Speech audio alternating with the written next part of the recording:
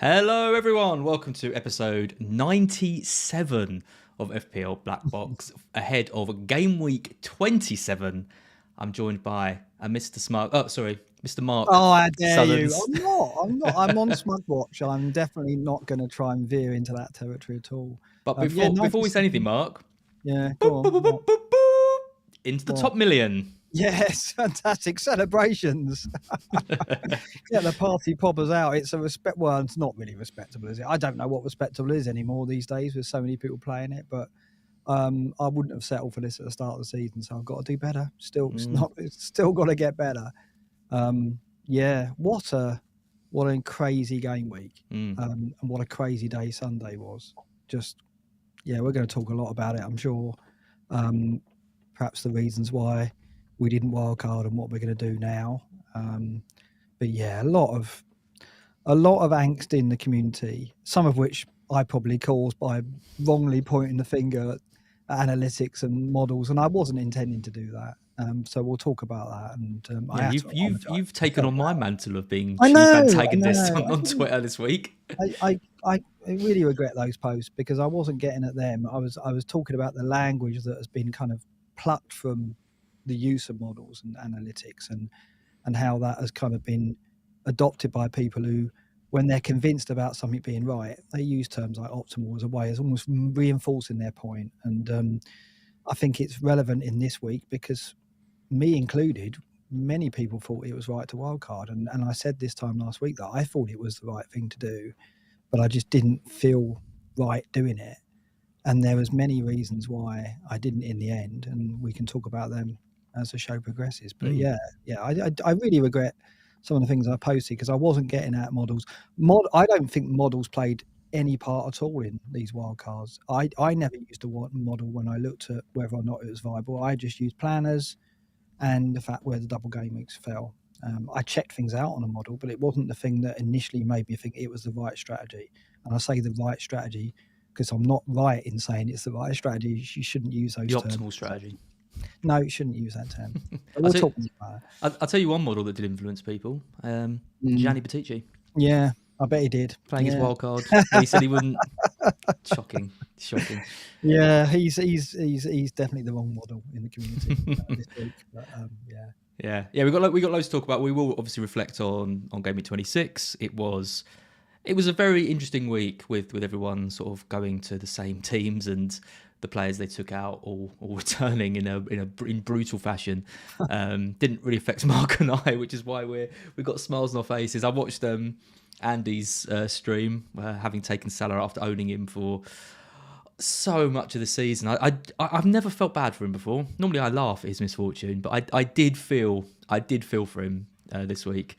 We'll talk about that. We'll talk about the great and the good as well, and then we will focus our attentions on the game weeks ahead because there's some big game weeks coming up. Before we do that, I just want to talk about our sponsor for this episode, which is BetterHelp. BetterHelp is a online therapy app, essentially, to help you connect to therapists. You might prefer face-to-face if you've had therapy before or looking to get therapy. You might have therapy over Zoom. I've had that before when I was going through some mental health bits. But mental health has helped connect over 3 million people with licensed therapists through calls, texts, and video. You talk about the FPL community in general, and the problems there's been a lot of talk, hasn't there, about content creators suffering from people kind of, blaming them for wildcard decisions and things like that. I'm not saying for a second that FPL is something that kind of causes mental health issues, but I think it's something that can be a bolt-on to existing problems as well. And we've talked about before, when you use FPL as a crutch to deal with life's problems and then you have a bad game week or something, then it's probably time to seek help, whether that's through BetterHelp or kind of other means too. So if you are struggling with anything at the moment and it is tough times, counselling and therapy is definitely the way to go. So BetterHelp is the world's largest therapy service around at the moment. As I said, matching millions of people, professionally licensed and vetted therapists, which are available online. So if you're feeling stuck, get yourself unstuck with BetterHelp. Learn more and save 10% of your first month at betterhelp.com/blackbox. That's BetterHelp, HELP.com/blackbox. Right. There you go. Talk FPL, shall we? Yeah, let's get into it. Let's do my team to put off coming onto your team first. Here's my team on the screen. Yeah, good week. I went up about 100,000 places, I think. Kepa in goal, the 1-0 against Leeds. My defence, Zinchenko 1, Henry 1, Tarkowski 0. It was the wrong move to play Tarkowski over Trippier by 1 point, of course. Yeah. Shouldn't have doubted the mighty Forest getting 2 goals at home again. Saka blank, disappointed with that with 4. Rashford 2, Odegaard with 2. And then my 2 performers, Mitoma, my boy, with 13. And a certain Mohamed Salah coming through with a very unexpected 21 points. And then Haaland with 4 and Kane with 2. So 2 players completely carried me this week, Salah and Mitoma. Bit of kudos to Kepa, but everyone else awful. But it was the Salah show, wasn't it? Yeah, and we're going to talk about Mitoma a lot tonight, because obviously one of the big dilemmas is where you go with the Brighton mid. If you haven't committed to him already, if you haven't wildcarded already, then there's still the decision to make. And maybe you're going to, even if you did wildcard, maybe you're going to consider another one. So we'll talk about him later. Salah, he was the subject of one of our podcasts 2 weeks ago. We did Return of the King, and then we did the week after that, we did Dead Red Redemption, talking about Liverpool assets and how they could come back into our teams with the double game week. And we took hits for them to get them into our teams for that double. And then obviously a week later, we were all considering wildcarding them out, and many people did, right? I think to some extent, I said last week I thought Liverpool would compete. I think I predicted a 2-2. So I think I said I was quite happy holding Trent and Salah. I wasn't quite on board with this. There was quite a strong movement about, one of the reasons to wildcard is to get rid of your Liverpool assets. And I wasn't quite on board with that. But obviously, there is no way anyone, at least me, can claim that we saw that coming. That was absolutely... I mean, it was kind of the kind of extreme outcome that we saw a couple of seasons back that really punished people. Like the Havertz. United were poor then, and now they've been on a hell of a run. They had, and we didn't. I mean, Liverpool. I think I said that if I feared Liverpool, it was the Bournemouth game, and I did say that the switch could be flicked and they could win 5 or 6-0 at Bournemouth, maybe. But there's no way I saw it coming in this one. No, and I think that was the case with many people who wildcarded. They looked at it and went, Bournemouth could be trouble, but I'll risk it because I don't think they'll get much against United, and it's fair. It was a fair thing to say. I think the only thing that I don't think we really touched on too much last week was I had a look back at the at our stats tables, and Liverpool have remained consistently in the top 4 in terms of their XG non-penalty over the season, despite not blowing too many teams away. United fell down to 15th even before this week for their defensive data. So they were alongside the likes of Everton, Forest, Bournemouth, Leicester. They were the teams kind of below them. So there were signs that things weren't completely peachy with United's defence, and there were signs that Liverpool's attack was good. I'm not saying for a second anyone could have predicted a 7-0. I went for a United win. You predicted goals in that, to your credit, but the level of performance was ridiculous. And I kind of thought I might get a return from Salah. I thought that. I did think that, and I said I thought I might get a return from Trent because I thought there'd be a couple of goals in it for Liverpool. That's all I thought, and that wasn't the thing that convinced me not to wildcard. I think in many cases, if I'd have had Darwin, I might have been even more inclined to wildcard because I think the fact that I'd prepared for these game weeks quite well in that I didn't fully commit to Liverpool. So I kind of felt like if I went in with 3, I was kind of more or less resigned to playing chips because of game week 28, because obviously the Fulham fixture fell out. So I didn't go in with 3, I went in with 2. So it kind of left it a little bit open. And I think because I did that, and because I got Brennan, and because I was going to the Forest game, and I got Brennan in because I really thought you call him Brennan. Well, I really thought he would get something against Everton. So the fact that I was okay playing Salah and Trent because I thought they might get something, and I had Brennan, that really helped me not play the wild card. And then also Luke put Ake in his Man City predicted lineup. That tipped me over as well. The Estupiñán was fit. And I said on last week, I said, if the team news goes my way, I won't wildcard.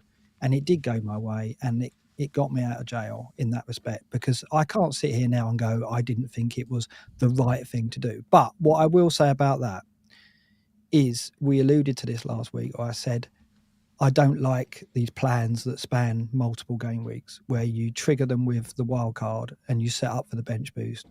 It happened last season, and I think one thing we have got to claim is we identified last season it was a lesson learned that we wouldn't do that again. And we've got a slide that shows it as the last lesson. I don't know if I mean, you've talked about your own team throughout mine, and you've talked about another slide that we've got to come. So, okay. Thanks, Mark. Well, your team, your main talking points are Salah, aren't they? I don't have any talking points. Honestly, it was rubbish except for Salah and Matoma. Let's come on to yours. At least you had Brennan there as well, and you had Tony as well, and you got a return from Ake, and you got do you know what? I've been practicing his pronunciation all week. Estupinan. Oh, Estupinan. Yeah, I mean, so I'll go for it quick because I want to get back to that point. Kepa with a 6, Estupinan with 6, Trent with 6, Ake got a 5. He got booked, I think. Did he get booked? Yeah, he got booked. Rashford 2, Salah 21, Saka 4, Odegaard 2. So Arsenal didn't really deliver. No. Haaland with the 4 was the captain. I went Saka captain rather than Haaland. So there was a little bit of gain there if you went Haaland. Tony with the 8 on Monday night, and then Brennan with the 13. So it's Brennan and Salah that were the difference makers, yeah. No Brighton mid when McAllister and Matoma went hard. Yeah. No Arsenal returns despite that crazy result against Bournemouth.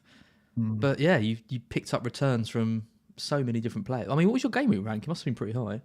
330k, yeah. So it's good compared. I mean, like in the first 17 game weeks, my best game week rank was 700k. So I've had 4 or 5 really good ones since the restart.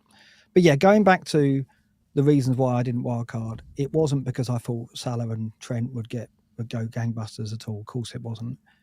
Partly Brennan, I did think that I wanted to hold him because I was going to the game and it didn't feel right getting him in as part of the... I got him in with the Liverpool players the previous week to get rid of him after 1 week when he blanked. When the Everton game was the one I wanted him for. That didn't feel right. The team news went my way. And then the other thing was the lesson learned from last season, which I said last week. I don't like the idea of playing a wild card to set up a bench boost 3 weeks later. Traditionally, we play it wild card, then bench boost. And there it is on the lessons learned, the last one. And this is something we wrote pre-season. And I said, don't set long-term plans that could box you in your thinking, even when chips or double game is involved. Always try to remain agile. And I said last week, the minute you play the wildcard in 26, you are committing to bench boost in 29, and you're committing not to free hit between that, because I don't think many managers are going to wildcard free hit then bench boost. Maybe they are, but I thought that if I was going to wildcard in 26, I was signing up for this strategy that would span till 29, and that goes against that lesson. And it's like that also was on my mind. I was like, do I want to do that again?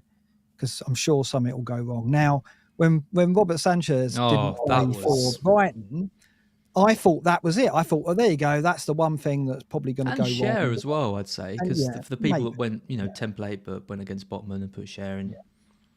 But when that happened, I thought, well, there you go. That's the first thing that's gone wrong, right?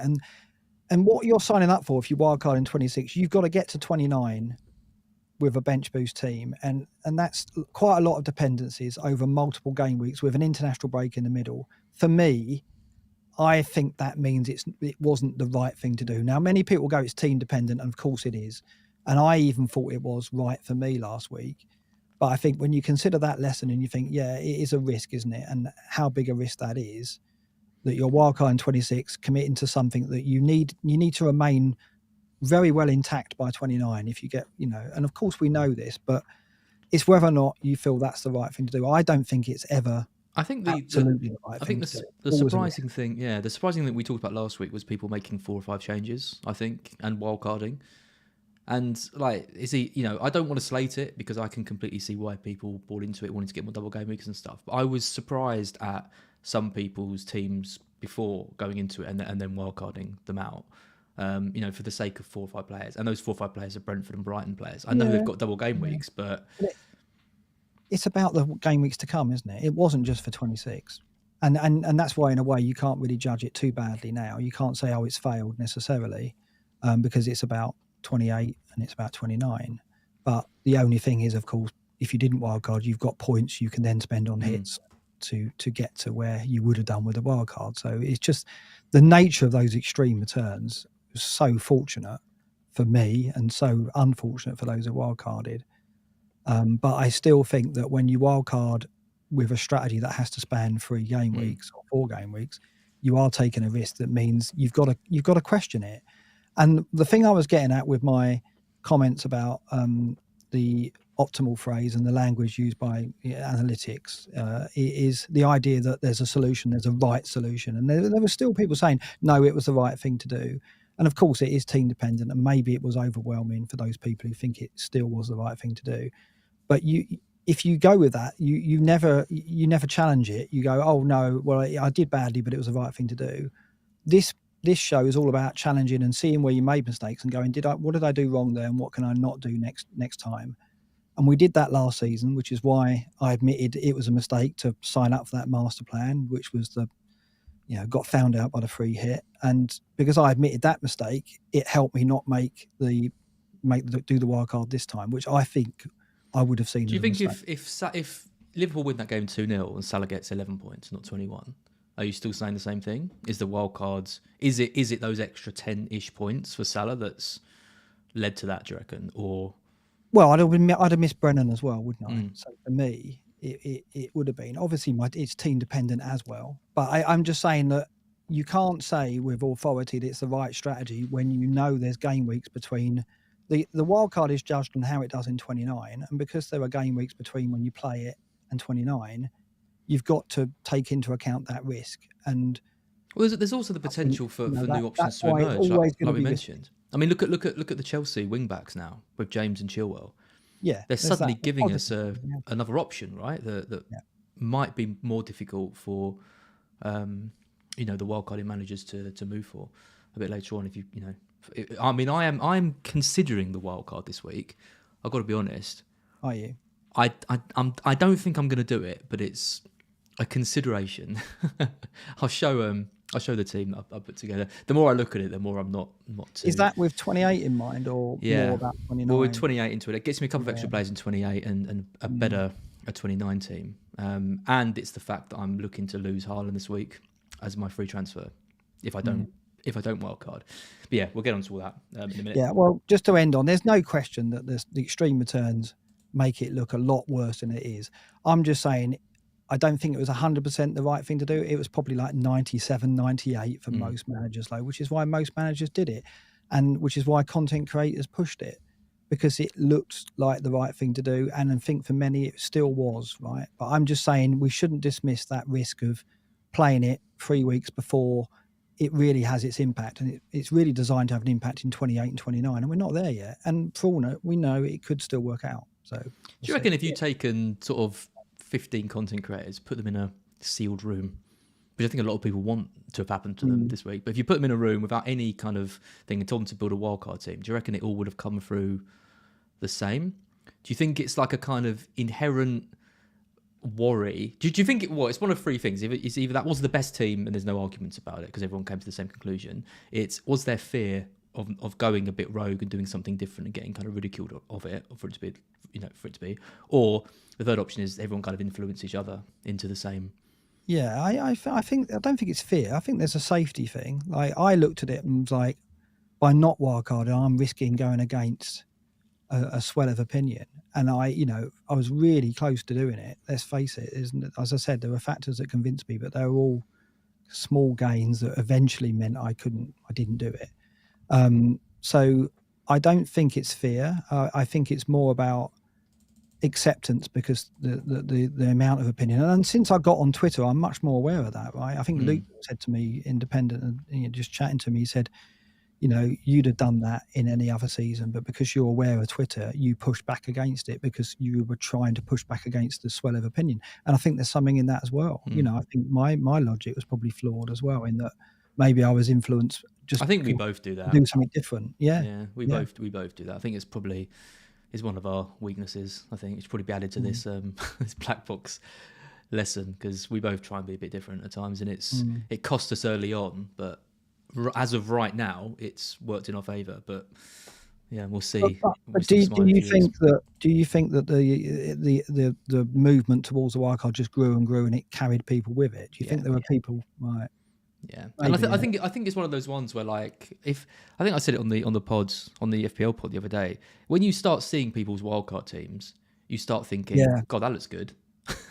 Yeah. And the more you see, the more you start to panic that you don't own certain players. I've got it with McAllister at the moment. I don't have him, and I'm not going to get him. And he worries me so much that I'm half tempted to wildcard just to bring him in. It's like, come on, let's just think about this logically. He's got 1 attacking return in 7 weeks. No, well, 2 attacking returns in 1 game in 7 game weeks. So, like, do I need to wildcard for him and for Tony? I mean, I can get one of them for free. Probably not. But you've got the Haaland dilemma as well, haven't you? Yeah, right? but you start to panic. And I think especially when news like this breaks, like late, because it happened last season as well, didn't it? The news of those game weeks or the blanks or something broke on a Thursday or a Friday. Because weren't you about to go on the member stream? Yeah, and I said on the member stream I wasn't going to do the wild card, and then I watched a few videos Saturday morning, and it convinced me to do it. So I completely fell victim to that last season. But I think that's what happens here. I was more sensitive because there was that Leeds Fulham game, wasn't there? And everyone was worried about Fulham winning it, and they did. And then all of a sudden, a few people start to put wildcard teams together, then everyone has. So. Yeah, maybe the lesson is stay off Twitter. Well, and I close think to the deadline. When I joined Twitter, I was like, I'm not sure how it's affecting me, but I think this is one way it does, and maybe it affects me in a negative way because I push back too much, and I'm more aware of going against it. It saved me this time, but it can hurt me in other times, and arguably has in the first part of the season. I was taking risks against the Twitter kind of or community opinion, and it hurt me, and I made mistakes because of that.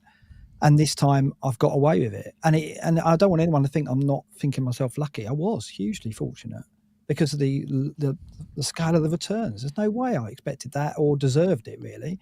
I got lucky because of a number of small things contributing to the fact I didn't do it, and the lesson from last season, which was in my head, that perhaps helped me. So my point is, it was probably right for so many people out there. But what's important, and what is the point of this show, is to make sure make sure you recognise if it's a mistake, and if it is a mistake, learn from it. There's no point in going, oh, it was the right thing to do and move on. You can, of course. I don't want anyone to, wring their hands and be miserable about it. But if you want to get better, you've got to admit when mistakes have been made and look at why it was why you did it, why it happened. And that's how, I think, in a way, by doing that last season, it helped me this season. Yeah. So, that's the point of the show. So there's no point in us not mentioning that. I think the final thing I'll say is when I gave those 3 reasons why people did it and talked about content creators in an isolated room, I think there would have been a lot less wildcards, basically. If all of last week, everyone's in a room locked up, I think we see half the number of wildcards that we saw. I think the bubble does sweep people up, and I do think there's a safety in numbers thing that exists on Twitter and with content creation. I do think there's the swell, and I also do think that there is a massive influence from Twitter that we need to kind of recognise, because it is happening. Need to measure, yeah. Well, I'll tell you now, I was really busy on Friday at work.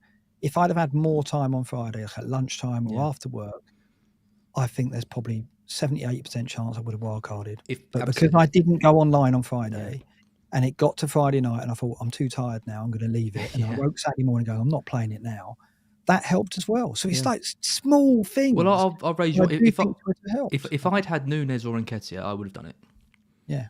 If I had one more player, because I would have been like, I can't possibly keep Nunes after that, or I can't possibly keep Nketiah, but I had other transfers I wanted to make. And I would have gone, now I'm making 2 transfers, and then I would have done it. So, I think we both got fortunate. I was going to mention...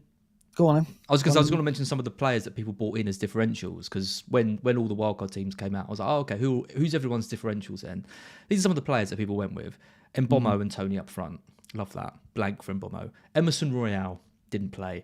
Ben Davis, I saw. Eric Dyer, I saw. Trossard captain, I saw. St. Maximan. When people punted on players, it went awfully. Maddison was a... I don't even think I regard him as a differential because so many people had him, but he kind of was. And even he blanked. He was unfortunate. He was unfortunate. I mean, that's the other thing. It's like some of the players that wildcard has brought in, that I would have brought in on the wildcard, just were unlucky. So it was purely the fate of it, which is cruel, as we've seen before.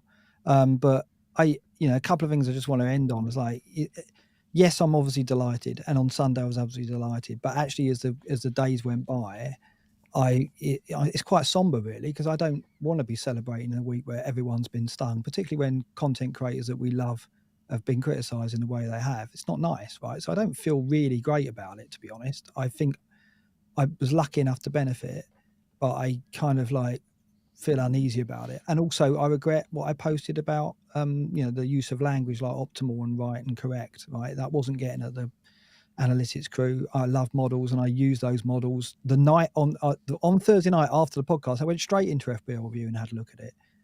So I used models, but it wasn't the thing that drove me to think it was the right thing to do. That was planners and just the way the double game weeks fell, which isn't Ben's fault, of course, it's mine, right? So yeah, I regret those two things. I actually regret the posts I made citing the use of language from analytics, and I regret feeling like I did on Sunday. I felt really positive, really fantastic. But now in hindsight, I'm like, I've never seen or heard you so overjoyed Sunday. Don't try and backtrack. Well, you called me up. You called me up from the train station. Yeah, because I was like on the way back, travelling back from the Forest game. It was a disappointing result. Obviously, I was over the moon with Brennan's returns, but obviously, what I witnessed on the way home with Salah was just absolutely wild. You're never going to have moments like that again. So you've got to kind of enjoy them. But then in the cold light of day, when I saw what was going on the next day, it didn't feel great, and it still doesn't. So I want it over with. Let's just move on, I think, shall we? Let's move on. Yeah. Let's have a look at the great and the good. So yeah, lots of wildcards played this week. In fact, only 3 people, me, you and Joe, didn't play it this week if they had it available. Magnus has already used his. So just 3. 20, didn't he? It was like that was a very out of nowhere. But yeah, I mean the captaincy's interesting. That was an even split. Yeah, so Saka and Haaland completely split down the middle. No other players used. No hits taken across the board. But yeah, just a lot of wildcards. 3 out of 17 people didn't use it. It's and interesting. We all got we got the 3 high scores. It's interesting that faith in Haaland may be diminishing. Maybe that's what that shows. Because the week before it was Saka and Haaland, and most people were on Haaland, weren't they? So yeah, I got a shout out to Focal who's in the chat. Focal at one point was on 18 points. Oh God, yes. Going into the Sunday, I think, and yeah, I mean it looked absolutely brutal for him. Double Arsenal defence. I think him and Fabio both went for the double. Oh no, and like 8 seconds in. That's the thing. He was Oscar was at the game. What a roller coaster!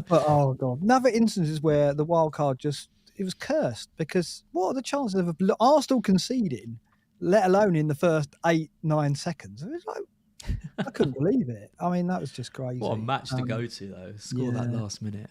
Reece Nelson. I mean, Bournemouth did all right. They looked like they were going to actually hold on. But yeah, a great game.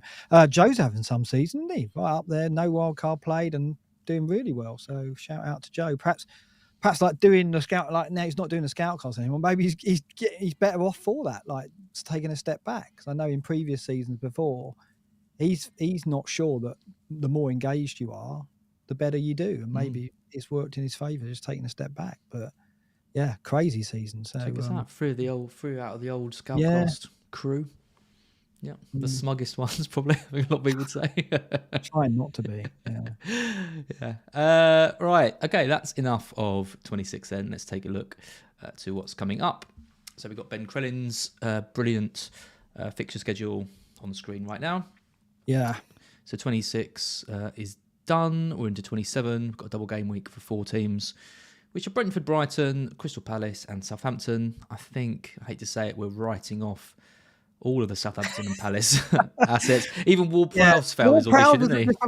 He was a differential. And I guess he still is going into United Brentford. But I mean, it's a very nice double for both Brighton and Brentford. Okay, it's 2 away games for Brentford, but against Everton and Southampton. I mean, Tony was fantastic in that match against Fulham. Not owning him wasn't something I want to go through again, because he was taking free kicks, he took the penalty, he had a shot from like the halfway line, he was just all action. Yeah, Brentford are a fantastic team. The way they press like off the ball as well, they're so hard for teams to play against. So yeah, I'm looking at bringing him in, and then it's a great double game week for us. It really is. There's going to be goals in these games for our mids. You think Leeds and Palace? There has to be. Yeah. I just think we can beat both of these teams quite comfortably if we turn up. 2 or 3 goals in each isn't outside the realms of possibility. It's just who gets them. So tricky. That's not really the question for Brentford, is it? Because No. that's the difference between the two teams, in that Brentford have got one asset which stands out a mile as a talisman. Yeah. Brighton have got 3 attacking midfielders who it's so hard to separate, and we'll talk a lot about them, I'm sure, today. So I mean, hard. I think that Leeds away, you've got the hoodoo on Leeds, haven't you? You always do well there, and defensively they're suspect. Palace at home, hard to call. Do you not think? I mean, like, it's a derby and there's a lot of stake, and they will raise their game, and Zaha will score, won't he? Because he always does, right? Do you not think that Palace will score? Yeah, they'll score. They'll score and it'll be tough, but I thought about the result of that in the predictions for a while, but I just thought we're a better team than them. We should be winning. Oh, yeah. We should be winning that game. But I've said that so many times over the last few years, and they always find a way to nick a draw. But I'm sure there'll be goals. I'm sure we'll score a couple against Palace, and I'm sure we'll score a couple against Leeds. It's just if our defence can stand up to it, because we were so impressive against West Ham, and still, full backing of De Zerbi now. Tell us about that. Where did you see that coming? No, I didn't see it coming, because I didn't think we had the options in reserve to really challenge Sanchez. I don't particularly rate Sanchez that highly. I think he's good. He was an upgrade on Ryan, and he's done a good job for us. But I kind of feel like for where we want to be and where we want to be going, I've thought he's probably not the goalkeeper that we're going to stick with. He made that mistake against Palace. Yeah, I think it was a problem for him. But I wasn't expecting Steele to suddenly be the player to solve our problem. So I do feel like he's a bit of a band-aid. I think in the summer we're going to be going after a new goalkeeper. We've got a goalkeeper reserve as well. Who is he? I think he's on loan or something. I can't remember his name. Useless bit of punditry, but he looks quite good. So given De Zerbi and youth, he could come in at some point. But I think we're going to be in the market for a new goalkeeper. But it's Steele's jersey for now, for sure. There's a question from Fatality. I don't think that it's the Fatality, the pro gamer who and probably people need to be over 40 to remember who Fatality was. He's one of the first pro gamers anyway. Luke will know what I'm talking about. If it is you, hi. He's asking what to do with Sanchez. What would you do? You got to get rid of him. Sell. Well, you got to get rid of him if you're going to be bench boosting in 29, because he won't play. But if he's your only goalkeeper and you've got Ward, you probably just do it this week and get Raya. Yeah, and play Raya over Ward. But Sanchez won't get his place back anytime soon. Steele will be given 4 or 5 games. He made some good saves in the last game. Yeah, he played well out of the back as well. Clean sheet. That's bought him 2 or 3 games easy in the side. Yeah. He's got to drop some real clangers for Sanchez to come back in. And do you think like the fact that Sanchez made the mistake at Palace meant that De Zerbi's looking at it going, well, I'm not going to be able to play him against Palace, so I need to give Steele a run of games before Palace? Well, I mean, he's just out of the picture. De Zerbi's come out and said Steele is playing better and fits my system better than Sanchez does. So there's no way he brings Sanchez back in after we comfortably beat West Ham. I'm still cautious though. Like, I could move for Steele this week because I'm probably going to change my keeper. I probably have to get rid of Ederson to fund the moves elsewhere. But I'm still a little bit worried because he could let one through his legs and then De Zerbi admits his mistake and goes back. But and I'll tell you what now, had I played my wildcard, 100% Sanchez would have been in my goal. So again, I got away with that big time. I honestly, I don't think for what you need him for, which is the next 3 game weeks, there is no way Sanchez comes back into that team. He's been poor for a while. He's made a big error. Steele's come in and done well, and De Zerbi's put his arms around him. There's no way Sanchez comes back in the short term. All right, you're soundbite that. You are adamant about that. Unless there is a calamitous couple of errors in a game. Which... I think you can be brave because it's not like a whole community will turn on content creators, is it? So it'll be fine. Don't worry. Yeah. You won't get blamed. I think it's I think it's similar to Kepa and Mendy, right? There's still like, you could still be a little bit concerned that Mendy comes in for Kepa, but it's probably not going to happen because Potter favours Kepa and the way he plays, and that's exactly what it's like with Brighton. So there's always a slight threat, but can't see it. Okay. Just to go over this. Sorry, go on, carry on. I was going to say, just to go through the rest of the schedule in 28, obviously we're going to have the Brighton blank, Liverpool City, United and West Ham, and then it's another double in 29. So essentially a lot of the teams you want to be targeting for your transfers this week are Brentford players, because they have double, which is nice. Yeah. Chelsea, which I like, which is Leicester, Everton, and then a double. Palace, potentially, double, and then a single and a double. And then teams like Leeds, Leicester, both have that game in 28 and a double in 29, as do Newcastle, Forest, Brennan Johnson as well, Southampton, and that's it. So they're kind of the teams that you want to be. I mean, Chelsea, massive result for them, right? Last night, 2-0 against Dortmund. Played well, went back to with the wing-back system. James was impressive. Chilwell, very advanced. I mean, Enzo looks just a hell of a player as well.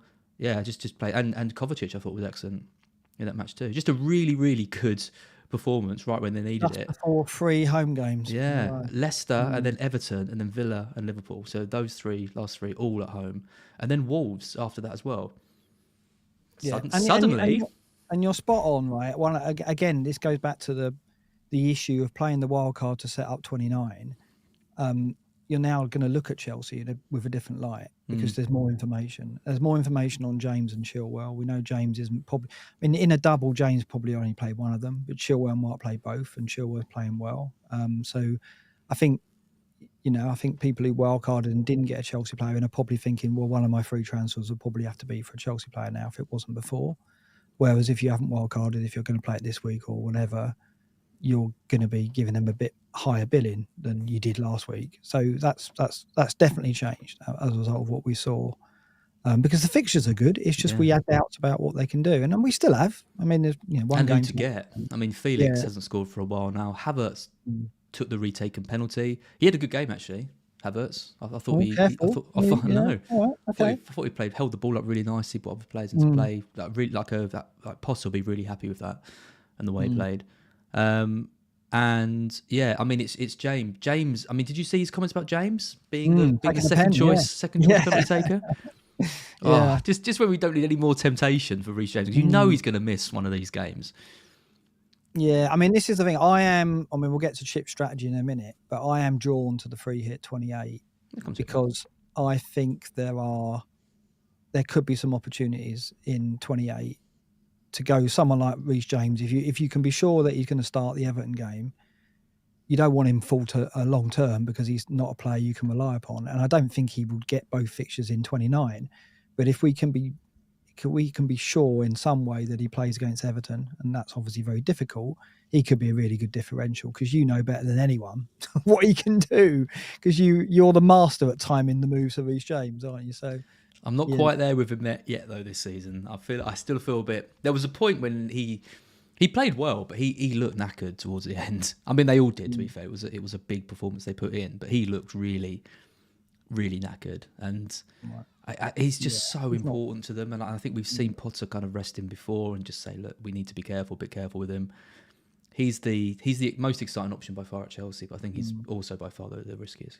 He is, but that's what makes him good on the free hit. And I think that's why I'm kind of tempted by it. So strategy 1 here, the free hit in 29, the wild card in 33, ahead of the doubles, is probably where I'm going at the moment. I know you were considering the wild card. Basically, is it free hit 28? No, it's free hit 28, not free hit 29. It's free hit 28 is what I mean. And then the wild card 33 ahead of 34. So it's strategy 3 on here. You were considering the wild card this week, and you've reconsidered now. What's behind that? What was behind you looking at it first of all, and what's behind you reconsidering? Yeah, I mean, I was looking at it because I haven't got Tony, which is a problem. I haven't got McAllister, who I like the look of as well. I haven't got Estepinian. I'm pretty sure that's right. Correct me if I'm wrong. Estepinian. As well. I like the look of one of James or Chilwell. It kind of felt there was enough players that I could kind of move around to bring in. Fofana as well, Wesley Fofana. I think he's been a key part of Chelsea's kind of last couple of games. 4.3 million as well. A lot of people have got Botman, for example, the double up on the Newcastle defence at a time in which Newcastle are on the slide a little bit. Well, actually, you could wildcard now, get Fofana in instead when Chelsea they're on the up, kind of upward trajectory defensive-wise. That's kind of, to me, that's the perfect reason to kind of look to play that chip to get ahead, because Fofana just isn't someone that anyone's going to really consider. I could get Steele as well, who I think is going to keep his place. You know, there was, even in 1 week, there was enough of a kind of a shift to make me at least consider it. I don't think I'm going to do it because we'll talk about my team in a bit. I think I am going to sell Haaland and go for Tony, and just hope that, you know, it's an away match and they've got the Champions League next week, and just hope that they don't go full throttle in that game. But it's always if you do that, concern. That would be why you're going to wildcard in 30, because you know you need to bring it back. Yeah, because I'd spread the money around in the next 2 weeks. So I'd move Tarkowski up to Estepinian, and then I'd be able to move Nonto, who's my kind of non-playing striker. I could move him up to a Felix, a Havertz, a Watkins, but then I've got all my money in various places and no easy route back to Haaland. Yeah. So then I'd be looking to bring it back in 30. Right. Okay. Yeah. So it's either wildcard this week or in 30 for me. Yeah. See, I think that the free hit 28 appeals to me because I could jump on some differentials that I know. The good thing about where I am now is that I know what the wildcards look like. I know what the wildcard template looks like. So I know I can see the opportunities to go against it. Now, obviously, if you wildcard 26, you've got free transfers. But, you know, I kind of know that there's limited moves that people can make, and one of them might have to be Sanchez, right? So that's one transfer gone. So I've got the advantage of knowing what I'm up against now in terms of the big community kind of presence. And people said to me, didn't they? Said, "Oh, you're going different, and do you really think that a million managers in front of you are going to wildcard?" Well, I gained 500k in rank, so I gained a lot. So I think it was quite a few managers in front of me did wildcard, or they just didn't have Salah. But I find that hard to believe because obviously Salah was very popular the week before. So I think there was a lot of wildcards in front of me, which is why I gained. So I think there's still teams ahead of me, and I know a lot about what their teams look like because I know what the template looked like. So the free hit appeals to me for that reason, because I can go against it. Now, that could backfire miserably because the wildcard template might be brilliant in 28. So we'll see. But so that's what I'm thinking of doing at the moment. Yep. Interesting, different strategies from both of us again. Shout out to Nick Jones in the chat, who's reminded me it's Carl Rushworth, the Brighton keeper. Is it? And where's he on loan at? He's on loan at Lincoln. Okay. But yeah, remember the name. He might come in next year and challenge for the jersey. They brought Brennan on a treat, so maybe they'll do the same to Rushworth. From Lincoln to the Bernabeu when we get Champions League. What a story. Right, let's take a look at some data. Let's do last six. I'm going to touch on some of the season data though, because we haven't talked about it in a while. Yeah, it's quite interesting, the differences, I think. Yeah, we'll do last six team data attack though. Top of the pile remains. I mean, our complete dominant performance against West Ham isn't going to exactly change things, is it? Did you see Carragher's segment on Brighton as well on Sky Sports? No, I missed that. Did he analyse it? Did he? Absolutely incredible. The Zerbi effect. If you listen to Rio Ferdinand's been chatting to some of our players, they all just say he's like elite manager, completely changed, you know, the way things run, the mentality, the confidence the players have got to actually score goals. It's just all so rosy at Brighton at the moment. The big chance per 90 of 4 is the highest in the league by quite some distance. Actually, and well, look at the XG non-penalty per 90, 2.37, well ahead of Liverpool, 2.07. So big gap. Yep. And it's interesting, you know, why are we writing off Palace and Southampton? Look at this table. They're right at the bottom. It couldn't be any different, could it? It's like Brentford in the middle ground, and then you've got Palace and Southampton over the last 6 matches, 0.79 XG non-penalty per 90, 0.66. So we can't really look to them with any confidence for attacking returns, I don't think. No, I mean, Chelsea are in 10th. That's looking a bit average, but hopefully might start seeing some of their players kind of emerge. It's difficult to know who to go for. I think in attack, it's one of Havertz or Felix, isn't it? But neither of them are particularly inspiring. Sterling had a good game last night. Another one for the free hit. Yeah. I was surprised with some of Potter's substitutions with 10 minutes to go. He took off Sterling and Kovacic, who were probably the 2 best players on the pitch. I brought on Loftus-Cheek and Pulisic. He's got so many options though, hasn't he? I know. So many, yeah. I wonder how many will be around next year. I mean, good result, but there's got to be a lot of doubts about whether he knows his first 11 yet, his best 11. There's so much there to get through. He's like Mudrik's not getting into 80 million, 85 million. He needs like 2 or 3 pre-seasons really. He needs the equivalent of 3 or 4 months to assess it all. But yeah. But yeah, for Fofana and Enzo look look like they could be game changers. I think. Yeah. Let's take a look at the season data.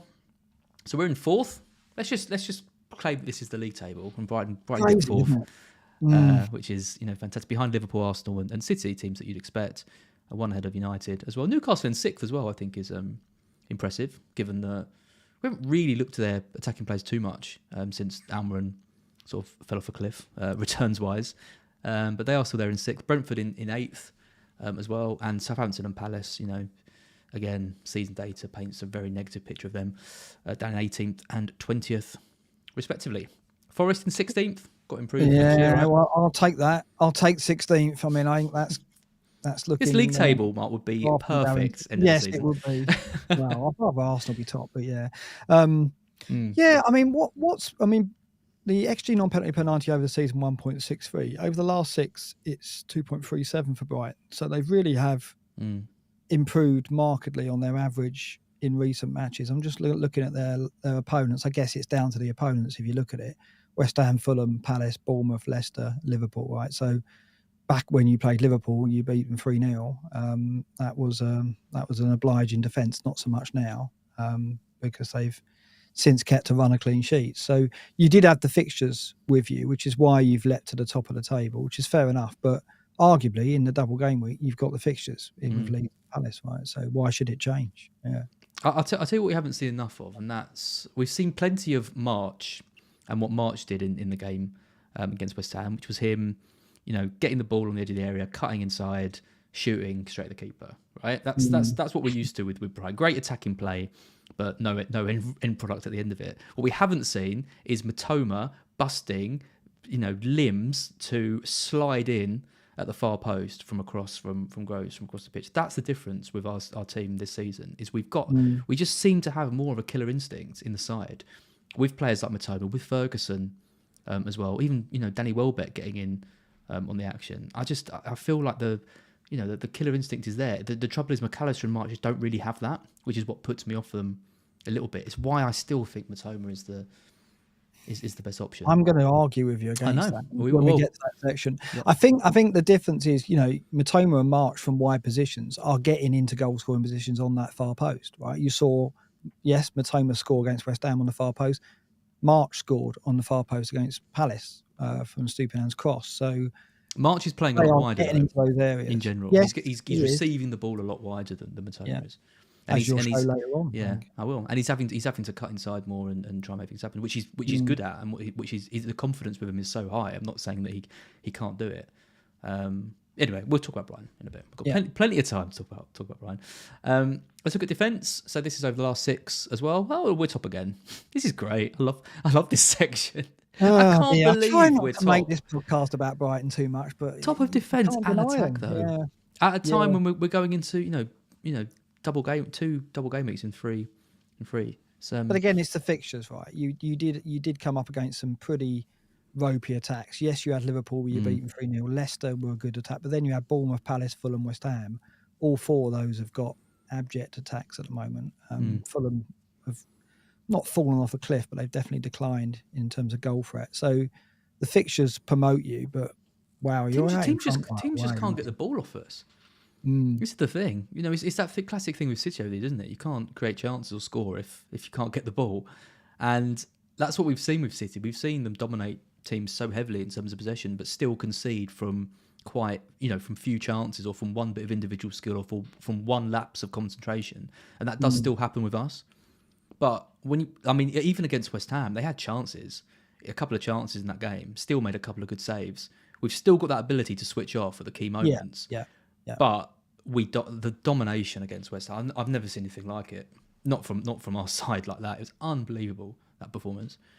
Yeah, you can't make the Forest Brighton game, and I'm kind of happy about that because I'm not quite looking forward to it like I was a few weeks. You were so confident a few weeks ago. Yeah, that's gonna be such an interesting game.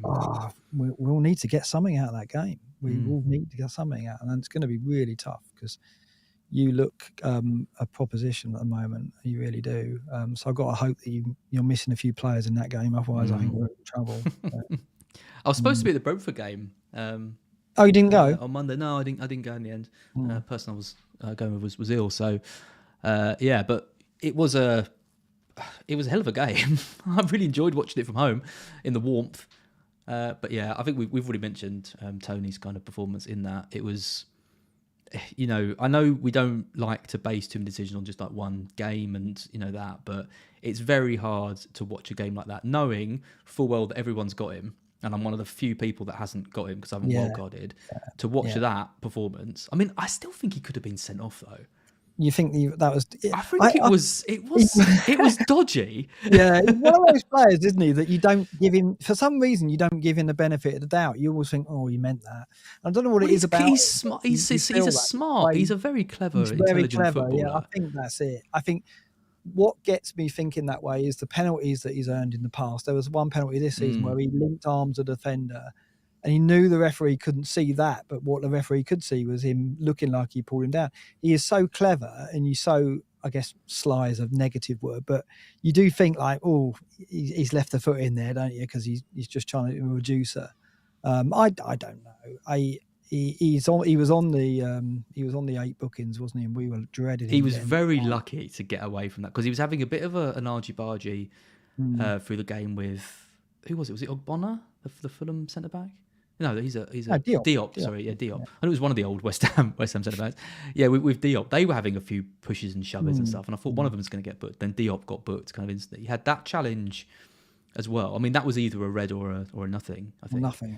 Yeah. But yeah, he was just so involved and so over the show. It could have been a bigger return. It could have been a red card. It could have been a yellow. It could have gone anyways. Question for you then. We're Brighton top of the defence. Is it 1 defender, 2 attackers if you're going with 3? Yeah. Okay. Yeah, I think so. I just think you don't get. There's so many routes to points from all the other players, and I just think with Webster, with Dunk, with Steele's not going to get many saves. He's probably not going to get bonus points. Dunk has got no attacking threat. Webster could miss out. There's just not enough excitement there. So 1 defender, 2 attackers, mate. Yep. Team defense by United now down in 19th based on that. Yeah, I mean, like display. You see that now before the Liverpool game, you go, "Oh, that could be." You still wouldn't say it'd be 7-0, would you? You would say that Liverpool will score goals, but it's just hindsight's a wonderful thing, right? But yeah, look at it. It is surprising to see him down there. They if Casemiro doesn't perform, they don't perform. Simple as he that. was jaded, wasn't he, in that game? He got overrun a bit. I've never seen him struggle like that. They showed a graphic with all of his key, tackles, passes, everything, and it was all like the bottom it's been all season out of all games. Yeah. Definitely something going on. I'm going to stick to last. My house. Here we go. Keepers last 6. Lloris top. That's a bit misleading, isn't it, Mark? Was it 2 games that he played? Yeah. what was his? Because he's missed a few games, hasn't he? So probably shouldn't have. Is he out for the season? He's out for a while, isn't he? Yeah, I don't rule people out the tables if they're injured, but obviously we discount that. Raya's still there, isn't he? And this is the decision I've got to make, and perhaps others this week, is like, do I go to Raya or do I go to Steele and save the money? If I go to Steele, I will have 2 Brighton defenders, so I'm kind of favouring the extra spending, but it's 0.9. That's quite a lot, isn't it? Is it a lot though? Does it matter at this stage of the season? I think it still does. So it's a tough call. I'd go Steele, I think. Would you? The only reason I'm edging towards Raya, unless you've got Ward. If it's Ward and Steele, I'd go Ward and Raya. But if it's anyone else, I'd go for Steele. Well, the thing is, they both double in 28, but the difference between Raya and Steele is that Raya plays in 32. Yeah, they double. Yeah, they double in. They play in 28. No, Brentford play in 28. Right. I'm gonna freeze it. They both double in 29 is what I meant to say. Yeah. But Brentford playing 32 and Brighton don't. And so if I'm not going to wildcard till 33, if I go Steele, I won't have a keeper in 32 because my other keeper's Kepa and he doesn't play in 32 either. So I think I'm right. If you go to Ben's graphic, it gives me that problem. So yes, I think Steele in the short term, but with 32 in mind, it would be a problem. Congratulations on your Edison points, by the way. Oh, at last, on the bench, brilliant. What a terrible move that. Well, it looked so good, didn't it? Yeah. No, it didn't. No, I said from the start. Awful. Yeah, so 32 is a problem to me if I go steel. That's the worry. Because Brighton do look likely to blank in that game week because of the draw that they've got in the FA Cup. So I probably will go Raya and swallow the money down. Yep. Over the season, Kepa is top for points per 90. I still think he's a great pick, especially with all these home games coming up. Pope, bottom over the last 6, but third on the list. You've got Raya in 5th as well. I mean, he was just a steal at 4-5. Wasn't he? But you can see him, and there's not a lot in it between a lot of these. You know, Leno's on there, 4.21 points per 90. Raya, Henderson, you know, Kepa. These are all 4.5 million-ish goalkeepers. This is just why I don't like to pay more than that for a goalkeeper, because, I mean, where is Edison on here? He's down in 15th, 3.54. Paying a million more. This season, I think, has just reinforced that. Yes, I guess Alisson is up there, and Pope has done well as well. I think Pope is down the bottom though at the moment. If you go back to last 6, I think he's right down the bottom. So I think the gap between the premium goalkeepers has been small, right? And they narrowed the gap in terms of price, didn't they? 5.5 to 4.5. The gap was narrower than it's ever been price wise, and they were right to do that because the difference in points isn't major at all. So I think it's going to be a hard sell for us to go above 4.5 at the start of next season, depending on who's available, right? But yeah. Did you see Ward's points per 90 is higher than Edison's over the season? Is it? That's nuts, isn't it? Yeah. Hi to FPL Raptor, by the way, who's just joined the chat. Did a stream to clash with ours. Thanks, mate. Yeah. No, I was. We were going to watch that for the first hour of our show, weren't we? Yeah. Content creators watching other content creators. Oh, Gogglebox. Yeah, FPL Gogglebox. Oh God, that's a really good idea. Maybe we should do that. Oh damn it, we've lost that. Quick, get the copyrights down. Watch us watching slippers. Yeah, people would probably do that, wouldn't they? Well, they watch us doing Match of the Day. I'm sure they probably would watch us watching Raptor and slippers. Defenders over the last 6. Trippier. Oh no, sorry, it's not ordered in points per 90. I kind of feel like the defenders should be as well. We've argued about this before, haven't we? Yeah, we have. Yeah. XGI non-penalty per 90. Let us know in the comments and chat whether you'd like this sorted by points per 90 or XGI non-penalty per 90. There you go. We'll leave it to the viewers. It's like Brexit, but data. Dexit. Not as dangerous as Brexit, is it? Not quite. Not quite as important.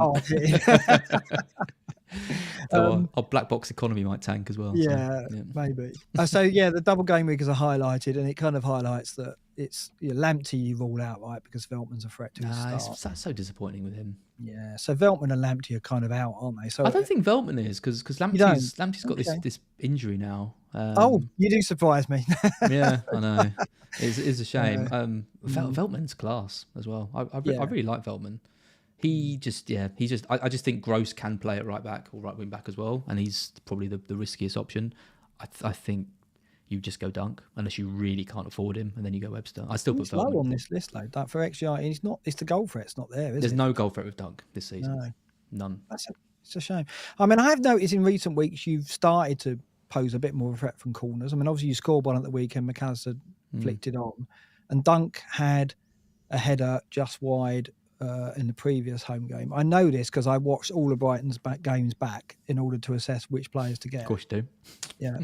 So one of that. But yeah, so I noted that there was an increased threat from corners, but it's been, I think the goal on the weekend was the first goal you've scored from a corner all season.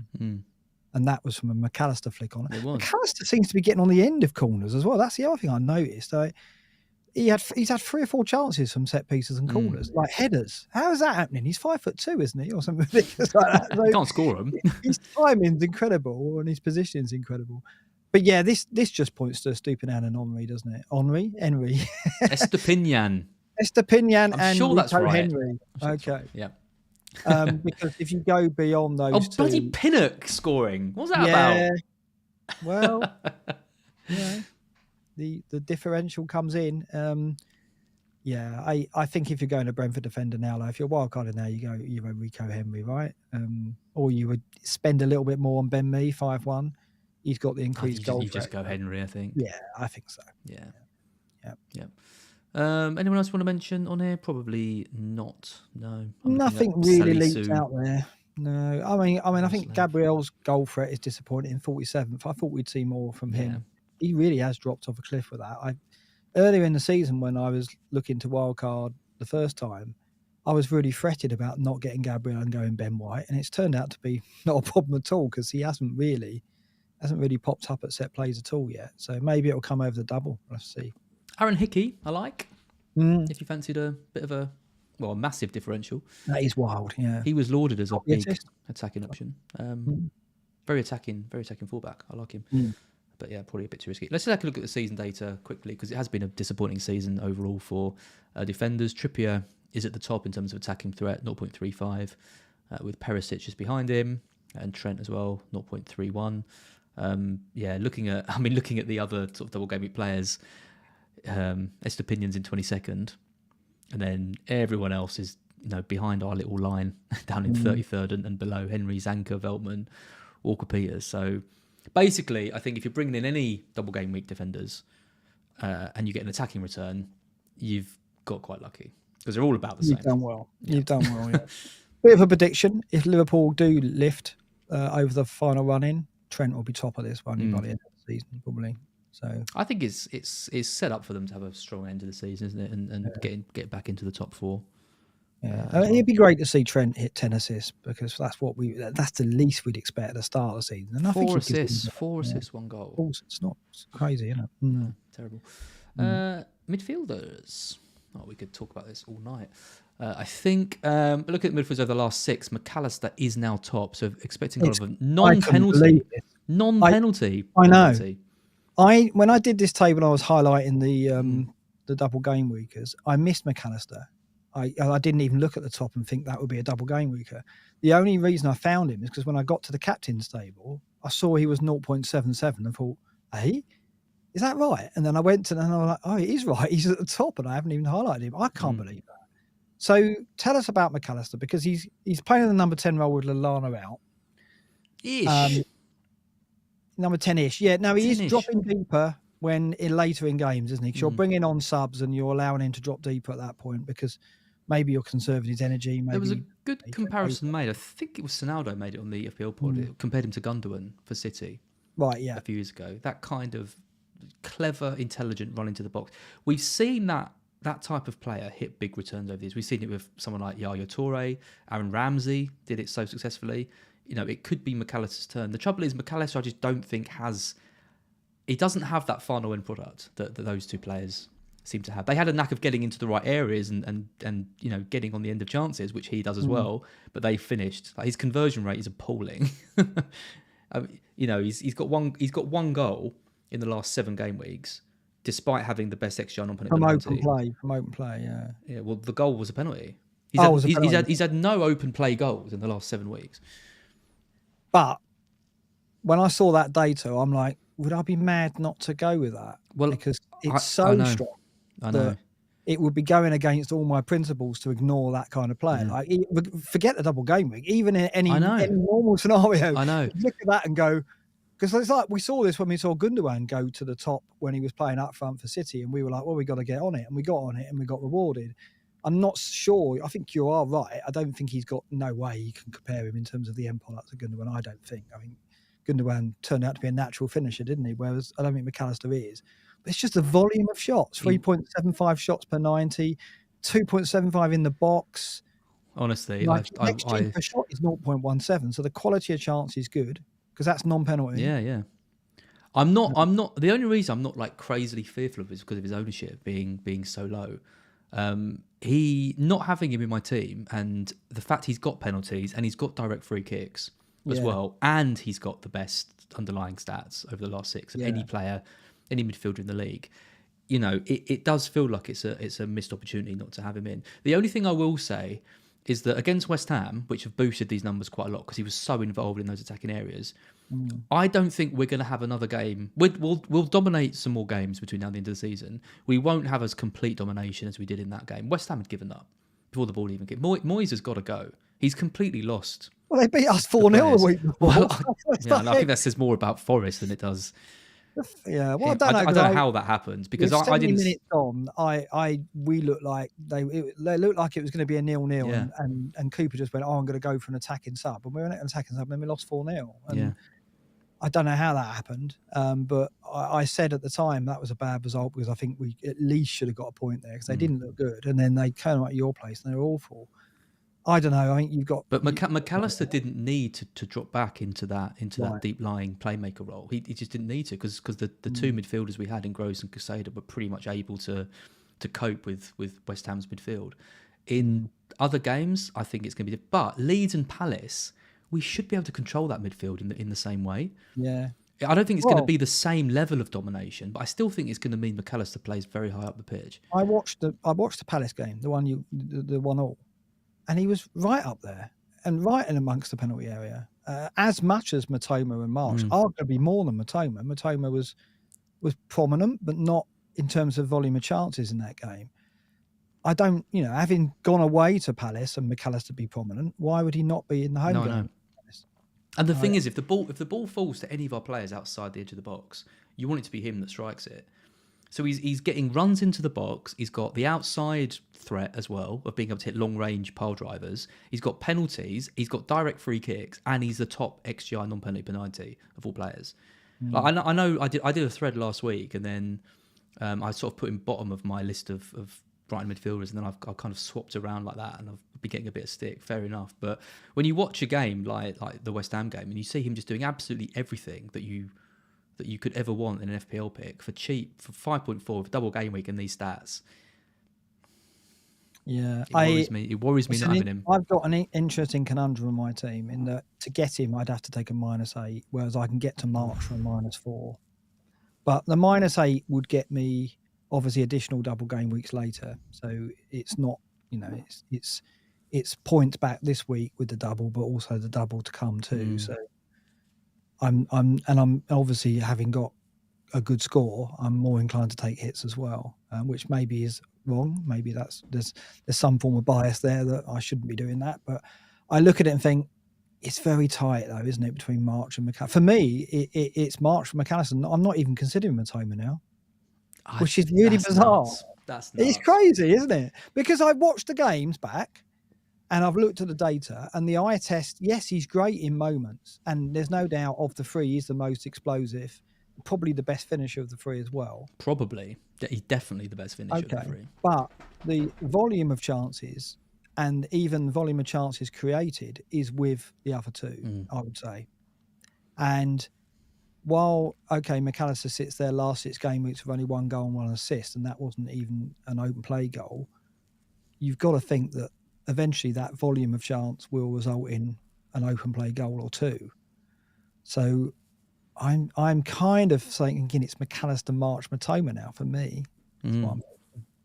Yeah, like I said in the thread, you get something. I mean, at the time when I wrote that, March was top of the stats bar. So it was kind of with March you get the stats, with McAllister you get the set pieces, and with Matoma you get the eye test and the kind of the better conversion rate. Well, McAllister's gone ahead of March now for me, I think, because now the stats aren't even with March. So it's now as the best option between McAllister and Matoma. I'll just bring up the stats that you've put together. So yeah, over the last 6 in terms of goals and assists, the crucial ones, Matoma's top of that, 3 goals, 1 assist. In terms of minutes, Matoma's head of that as well. In terms of head of McAllister played 360 compared to 442. The accuracy of Matoma 83%, conversion 50%. I mean, that's unsustainable. He's had 5 shots. Yeah, that's all he's had. 5 shots, I think, in 5 starts. So that's what I mean about the volume. That's a concern, isn't it? Right? Because I mean, that accuracy conversion is not sustainable. There's no way, right? So if he carries on with the same volume, I mean, his chances created is half of March and McAllister. Yeah. His shots per 90 is more than half of both of those players as well. So yeah, I mean, the stats don't paint a good reflection of Matoma really, but I don't think it tells the full story with him, because when I watch us play, if I'm looking across those 3 players and thinking in any given game which is the player most likely to get returns in that match, it's still Matoma for me. Right. Okay. But if I was going to pick one now, if I was wildcarding now and I had to pick one out of Matoma or McAllister, it would be a very, very difficult decision. Really difficult. And I think I would side with Matoma mostly because of heart, but I think looking at this, McAllister probably is the one to go for. And I think if you're looking at the captaincy on a Brighton player, I think McAllister's the better pick. Wow. Okay. Because there's more route. It's all about routes, isn't it? With the captaincy, it's about routes into points. And with McAllister, I just think there are more routes into the points for him. Yeah. Yeah, fair enough. I think, like, obviously I'm all about trying to find the differentials because I want to make up ground. And I know, of course, that Matoma was the most popular on the wild card. There's no question. So I'm not going to go Matoma. And McAllister's probably the differential pick. But if I did go McAllister, it wouldn't just be for that reason, because the data and everything else supports it as well. So it's not like, oh, you're just going McAllister to be different. There's that factor. Yeah. But you also look at this and go, well, actually, in terms of if you look at chances created and shots, March and McAllister are stronger anyway over the last 6. So honestly, I'm tempted to wildcard to bring in McAllister, a 5.4 million Brighton mid. That's the levels we're at. McAllister is 4% owned in the game. March is 8%. Matoma's 18.5. It's not massive. Yeah, I mean, nearly 20% for Matoma is high. But yeah, March and McAllister are massive differentials for people who've got those. So if you were in my shoes now, with this very average rank, if not poor rank, and you were going to go for one of them, you would do what? What? So just an extra -4 for McAllister, basically. Yeah. Well, it's either a minus. It's a minus. The only way I can get to a Brighton mid with one transfer, without a 2 hits, is March. Right. Matoma or McAllister will be an extra hit. But you'll see that's really tough. All right. Okay. Well, we'll see when we get to. I think I'd probably go for March. Assuming you're not going to captain McAllister and you're going to go for Tony. Yeah, but the extra hit not only gets me McAllister, it gets me an extra double game week player for later as well. Okay. Right, so it gets me an extra double game weeker in 29 to give me 13, I think I'll have. So there's a gain immediately, and then there's a gain later as well. So that's if obviously I'm taking a risk with that, because they might not be fit in 29. I'm basically making the mistake I said at the start of the show about I'm committing something which has got a dependency, but interesting. Okay, we'll talk about that in a sec. Okay. Just look at some heat maps quickly, because I think this is this pays into kind of what we talk about. You see McAllister in the middle, all action midfield display. This is data since De Zerbi took over, by the way, so it's since game week 10. Right. So you can see the majority of McAllister's touches are in the kind of 10-ish role, but he does drop deep and plays a bit deeper in midfield, which is what happens with the midfield three. He was playing a lot deeper under Potter, so De Zerbi has definitely pushed him up a bit more. You can see March. You can see he hugs that kind of right wing touchline a lot more than Matoma does. Matoma does drift in more centrally. Matoma's heat map in the penalty area is higher than March. We haven't really seen that so much in the last 6 data that we just presented, but that is what happens. And I would expect Matoma to be more involved around the goal area. Again, I think it's where the stats don't really paint the kind of full picture of him, because he's so threatening the positions he takes up. And it only takes a ball to be found to him in the right area. He can beat a player so easily and slot one in. March is much more hit and miss with things like that. So, yeah, I don't know. I just think this now has shifted things around. March would now be my third choice. So close to McAllister and Matoma. I'm going to stick with Matoma though. Are you? Yeah. All right. Okay. So you're not going to let the differential feed into it. Oh, I don't know. And I just said I'd probably captain McAllister. I don't know. I don't really know. There's so little in it between them. Oh yeah. I don't. It's one of those classic. Like, it might not go right for you in 27, but then in 29, it can with any of them. It can go back the other way, can't it? So March hit two double digits in 3 game weeks. Yeah. Once again, going back to what I said at the start of the show, there is no right answer here, because it could easily level out over a longer period of time. And I think we are going to retain these players, because Brighton's double game weeks to come. We know they've got doubles later on towards the end of the season. They've got one in either 31, 32, 35 or 36. I think they've got a small double coming. And they've got another one after that as well. So the player that you commit to, you're not going to get rid of. So you've got him long term, probably. And then over that long term, perhaps the gap would be nothing between these players. Might be very little. But we've never had a player like Matoma, though, with his ability, not only on the ball, but his ability to convert chances as well. With him, McAllister and Caicedo, there is no stopping us this season. We could we've just got such a strong team. Yeah, but they haven't come across, Froyley, Yates and Shelby yet. Have they? Well, I'm dreading it. I'm dreading it when Forest end our Champions League hopes at the City Ground. That'll be absolute nightmare. I'll just mention as well, these heat maps are from Fantasy Football Scout as well. There's someone asking in the chat. So, yeah, sign up as a member of Scout. There's a link in the description below, and you can check out your own heat maps and design them just like we're doing. Any other mids you want to talk about? No, I don't think so. I think if it's all about the double game week is this week, isn't it? And Zaha in 117th for the well, only played 2 games. He can do it, kind of. We know the Brighton game is a special fixture for him, and he often does return out of that. So you can't write him off. But I don't think you're going to prioritise going Zaha over one of the Brighton mids, even if it's a second Brighton mid. You'll still probably go there, wouldn't you? I think it makes sense with the way the double game weeks are falling beyond this week as well. So sadly I don't think you can look beyond them. I don't think you would look at Wissa, would you, or any of the Palace or Southampton mids? No.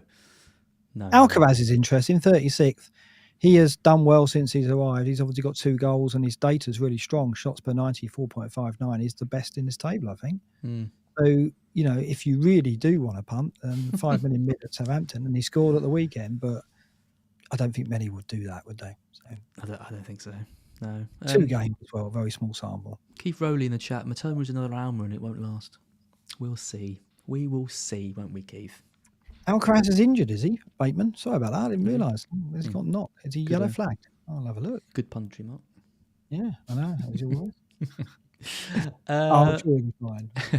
Yeah. Forwards next. 2 Brighton players at the top. I can't wait till they get knocked off with Devon Welbeck. We're just not going to be good. Welbeck scoring was annoying, I think, for Ferguson owners, who's down in 20th. Ferguson had a really, really good game, though, against West Ham. Linked up the play really nicely. Had a shot of his own, smartly saved. I don't think there's a huge risk with him not starting these 2 games in the double. But we could see early subs for him. If we're not playing too well, he's probably going to be one of the first players kind of moved around. So, but you're paying 4.6. So I just think if you can't get to March, McAllister, or those guys, and you've got someone like Nonto, like I have, and you're just looking for a bit of a punt this week, nothing wrong with Ferguson. No. I guess the only thing is like the striker options in 28 are quite good, I think. So you'd be getting rid of him in 28 unless you. So it's a 1 week. It's a 1 weeker. Yeah, I think. Yeah. Whereas if you go for mid, you can bench them in 28 and carry them through into the doubles, right? So God, I love our team. I just love our team so much. I love that we've got Ferguson. That is coming across. Yeah, it's just so good. Tony, we're going to be talking about captaincy in a bit. We talked about McAllister. Tony in 10th. XG non-penalty 90 of 0.65. That's really high. He's hitting these kind of good numbers at the right time. I think scored another penalty. The technique he's got for the penalties is just so. He almost missed. I thought he was going to. I genuinely thought he was going to save that. Yeah. Well, classic trolling will be that he misses 2 penalties in the double game week, wouldn't it? When he's our captain, that'll be amazing because he hasn't missed one in the Premier League yet, has he? I don't think. No, the last one he missed was for who was he at before? He was at Peterborough before. Peterborough, that's it. Yeah, he missed one. The only penalty he's missed was at Peterborough, and he said off the back of that he's completely changed his whole technique, which is he doesn't think about it. He thinks about being on holiday, and then he takes it. Being on holiday, right? Well, he's got a 6-month holiday coming up, so. Oh, very good, very good. Well, maybe not 6 months, but yeah, maybe a lot longer. Yeah, maybe. Well, he's not on holiday at the moment, and he's very much in our thinking. Can you go into the game week without him? Well, this is my dilemma, and it's FPL Team Peter's dilemma as well, because he's just asked, can I dare not go with Tony this week? He doesn't want to sell one of Kane, Haaland, or Felix. I mean, I've got Kane, Haaland, and Nonto, but I can't move Nonto up. There's no player that I can take out to get me 2.7 million or whatever it is. So the only way I can get him is if I sell one of Haaland or Kane. I can't really sell Kane, given that he's 28, the game in 28. So it has to be Haaland for me. I don't think you can go into this week without him. I think Tony could hit a massive haul in these 2 games. If Everton and Southampton, that's great fixtures. Yeah, I mean the thing is, and both. I was sceptical about going too heavy on Brighton and Brentford because I was thinking that they're going for the Europa League and that is a factor. But I just wondered away from home in particular whether they'll go for go for broke, go for the 3 points. But they're both playing so well with so much confidence. I don't think either Brentford or Brighton will be in a situation where they need to go for it in the last 10 minutes. I think they'll have the game won by then. So I think both those teams will excel in attacking terms over these. I mean, it didn't matter. I mean, they still scored a goal against Fulham in the last minutes, despite not needing to really go for it. I mean, one argument is if they're winning 2-1 and the other team's pushing high up the pitch, they've got the perfect opportunity to counter and break. Yeah.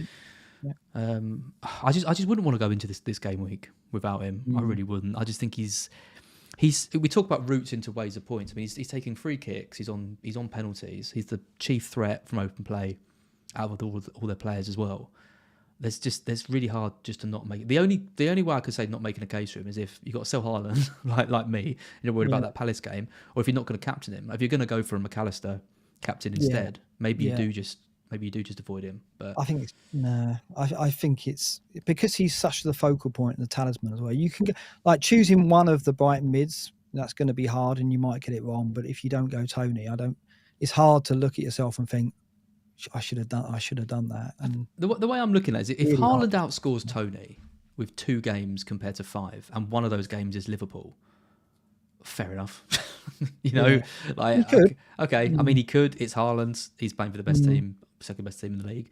Fine, but really looking at it optimally, Well, look where Haaland is on this table. That's the other thing feeding into it is that in terms 16th of out of strikers, he has declined. Yeah, so he's not getting the volume of opportunities or quality opportunities that he used to or has been in the past. So, and we saw that with the great and the good split for the captaincy. It's definitely like a movement where people are now more than willing to not consider captaining Haaland, I think. So I think I would probably go Tony, because of the 5 versus 2. It's you would say that. You're catching me up, 50 points behind. I'll look to get 20 and then it's only 30. Yeah. And McAllister comes in and Matoma blanks. Yeah. God. You're really worried, aren't you? I am. It's 50 points is both a lot and nothing. If you thought I was a bit smug tonight, wait until I catch you. Then that'll be smug of smugness, won't it? Be awful. Huge concern. Can't be that. So just to summarise, player data since the restart. Look at the players. We can ignore 1 and 2 and Devon did you update this? Because this isn't updated. No, you put it in. No, it's not updated. So skip that table because I didn't bother because I didn't think you were going to show it. Move into predictions. I forgot because we showed it last week, didn't we? Yeah. Ahead of the not double game week. Yeah, but we just showed it to talk about the double game week to come. Yeah. Anyway, let's talk about happier things. I did well last week. No, let's skip this one as well. 70%. 70% for me, correct outcomes. We're happy with that. 2 correct scores. Wow, that's a great turnout. 50% for you, 10% one correct. So we both got the 1-0 Chelsea lead. That was predictable, wasn't it? Yeah. It really was. Yeah. So that means overall you're still leading 53.1% to my 47.7. Quite a gap actually between us, and I'm clinging on to those correct score percentages. Squeaky bum. Yeah. You're starting to care less about this now. You're catching me up in the overall ranks. No. I want to stay above 50%. I think that'll be progress on the last 2 seasons. So it'd be good. Yeah. Cool. Fixtures this week, as usual. I hid your scores and did my own, and we've come out remarkably similar again. What a surprise! Right. In fact, I think we only have 2 results different out of the 12 games. So yeah, there's not going to be a big jump with one of us this week. Wow, it is very similar, isn't it? Again, what's going on here? Are you sure you hit them? Okay. Yeah. I'm not copying you. No, 50%. So that's right. 53%. Why not? Okay. I mean, again, you go through them, and they're all pretty. There's a pretty obvious team that you should win in each of these matches. So Bournemouth, Liverpool, we're expecting Liverpool to win that comfortably, given they've just spanked United 7-0. So I've gone for a 3-0. You've gone for a 4-1. You've gone Bournemouth to get a set I think piece. They might find something with set piece. Yeah. Everton, Brentford. I mean, Everton have got to start winning. They've got to carry on winning the home games, but I think Brentford are just too strong for them. So I've gone for a 2-1. You've gone for a 3-1. Definitely. I mean, I saw them on Sunday, and we didn't get at them at all in the first half. As soon as we put them under pressure, Brentford are the best in the league at putting them under pressure in terms of the pressing. Look what they did to United at the start of the season. I think that I was disappointed with 2-2, which tells you that really. We if another 10 minutes, I think we'd have won the game. But we just didn't put them under, and I think Brentford will from the off, and I think there's goals there for Brentford. Yeah. Leeds Brighton, I've gone for a 2-0 Brighton, you've gone for a 2-1. Just can't see where the goals are going to come from No, Leeds. they're another team, aren't they? Like Everton, who are really struggling for the goal threat. But I think I don't know, it's just that Leeds home crowd. I think they might get one, but still Brighton win. Leicester Chelsea, I spent a long time on this one because I thought, well, Chelsea can't score, but Leicester can't keep clean sheets. Leicester can score, but they can't. You know, it was kind of like it's go over. I've gone for goals and I just went for a 2-2. I thought they're probably going to cancel each other out. You've gone for a 1-1. I was quite surprised at that. I thought you'd go for a Chelsea win. But yeah, I mean, that would be a good result for Leicester, given how poor they've been. Losing to Southampton, we didn't see that. Yeah, no, I mean, out of nowhere, wouldn't it, that? But yeah, I think not a great game, I don't think, this one. I think they will cancel each other out, and I don't think it'll be full of plenty, so 1-1, I think. Next one, depressingly, we both agree on. Yeah, I mean, no one was expecting Wolves 2-0 against Spurs. There's definitely problems in the Spurs camp coming at a really bad time when, you know, their top four credentials are under threat from numerous teams. You know, Newcastle, Liverpool in the ascendancy, Brighton, Brentford as well, like pushing for it. They are the only team to score to not concede against you at home, Forest. Yeah. Not sure that matters, just thought I'd add that statistic in. But yeah, should be routine, right? You away, you're awful. Sadly, I think we will put on a better show. I think this is a good time to play Spurs, but I still don't think that helps us. We're just so terrible away from home, and I don't know if we can change that quickly or at all, which is why I was very worried now we've dropped points against Everton in the home game. So Johnson is the shining light, and I think he will cause them problems, but he can't do it on his own. So I don't see us getting much from this. Yep. Palace City, I'm hoping this is a low win for City, because I think it should be. I mean, we remember last time Haaland played Palace. Remember that? Got a hat trick. Yep. I didn't have him. Remember what we were doing? Match of the day challenge. Yep. Disaster, wasn't it? There were 5,000 people. Match of the day challenge on Saturday when I haven't got him again. We could, if you really want to. I do not. No. Okay. No, thanks. Okay. Yeah, I've gone for a 2-0. City will win it. It's just how many they want to get. We've talked quite a few times about, you know, these games before Champions League games. Will Haaland get his rest, his minutes managed? He never does. He always seems to play, you know, more than we kind of expect. But I mean, it is a crucial game for City, because they didn't put that tie to bed in the last game, and you know they're going to have their work cut of them. It's Leipzig, isn't it? They're playing. Well, they can't afford to drop points in the league either. So no, but they're not in a position where they can really rest him. They won't rest him, but you've got to think if they're 2-0 up at 60 minutes, yeah, they'll bring Alvarez on. But it's Pep, and you can't read it, can you? And he's could have got the 2. Yeah. I mean, look what he did against Wolves. Got the hat-trick, didn't he? Then he just got subbed off.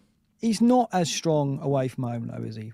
We know that, right? So I don't think he's going to absolutely destroy you. He might get a couple of returns. You might get away with it.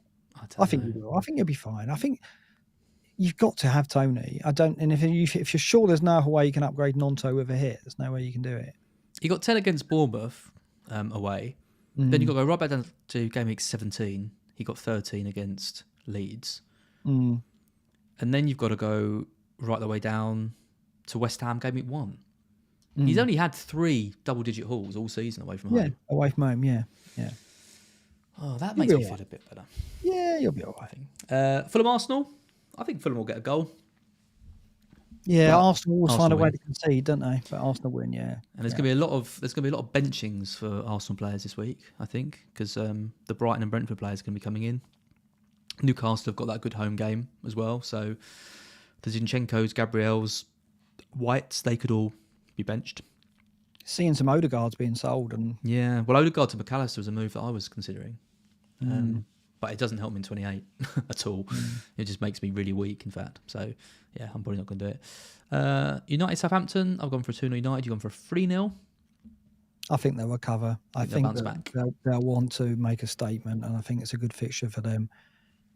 Southampton can surprise us. They went to Stamford Bridge, didn't they? Got the win, but United, I think, too streetwise. I don't think Southampton have got enough, and I think they will. Streetwise.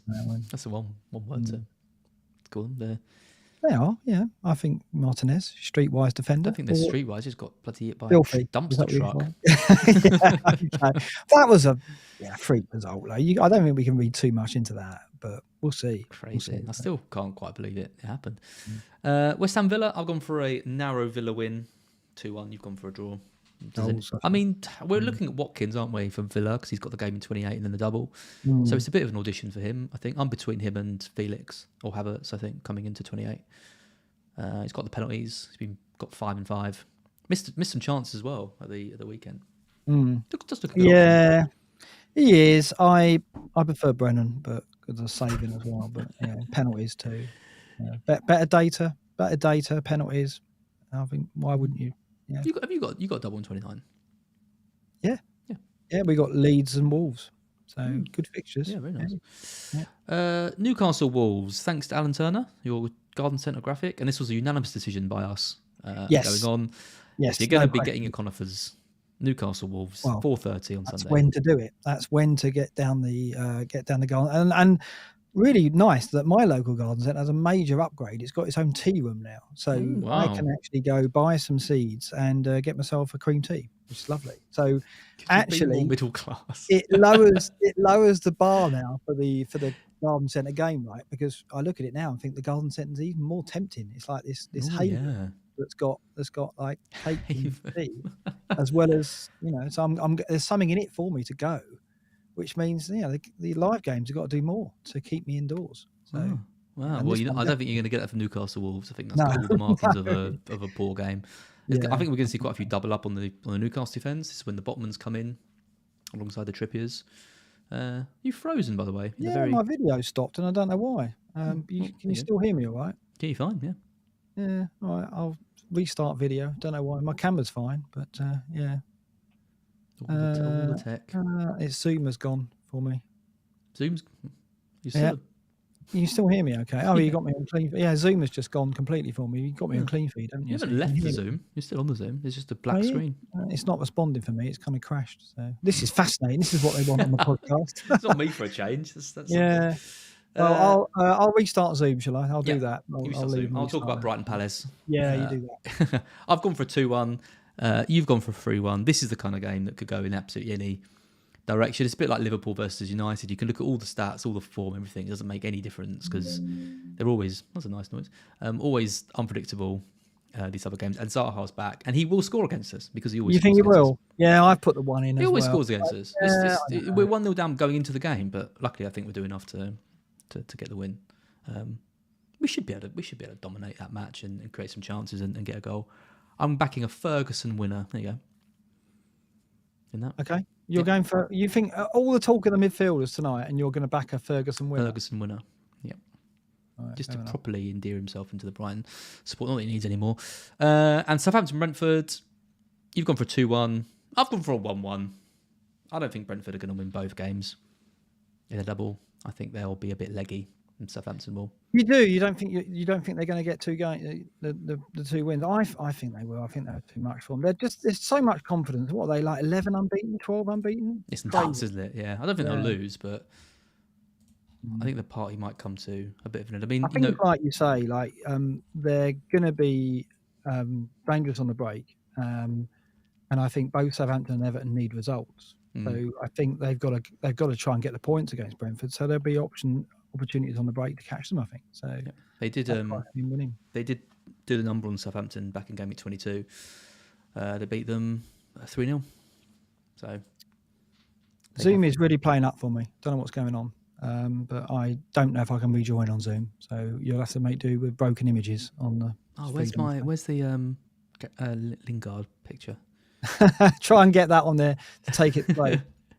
It says I'm in the meeting, but there's nothing, and I don't really want to talk about Zoom anymore because it's incredibly dull. So I think we'll just leave it as it is and finish the show without me having an image. That sucks. I'm just going to sit here. Hang on, have I got? Let me see if I can find my Jesse Lingard. Oh, let's put Matoma in instead. I've got a picture of him for some reason. There he goes. Oh, this isn't going to do it for all the screens. This is pointless. No, you're going to put Matoma in. I'm not going to go Matoma. Oh, it's not going to work. No. I'll try one more time to join. Let me just see. Anyway, let's move on. Your name's like flashing up when you're doing something. Yeah, because it just crashes immediately. I start it. So everyone loves this kind of stuff anyway. It's fine. Okay, moving on. Let's talk captains. I don't like being on my own, Mark. Can you sort this out? I'm nervous. No, nothing I can do.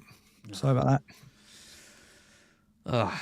Well, there it is then. Captain Matrix.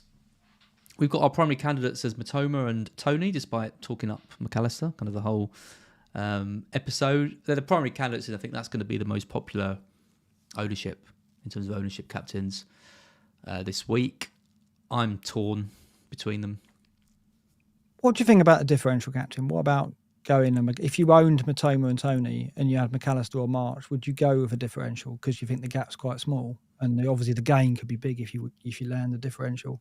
Yeah, I mean, as I said, if I had McAllister, I'd go there. Other than that, I just think it's between McAllister, Matoma, and Tony for me.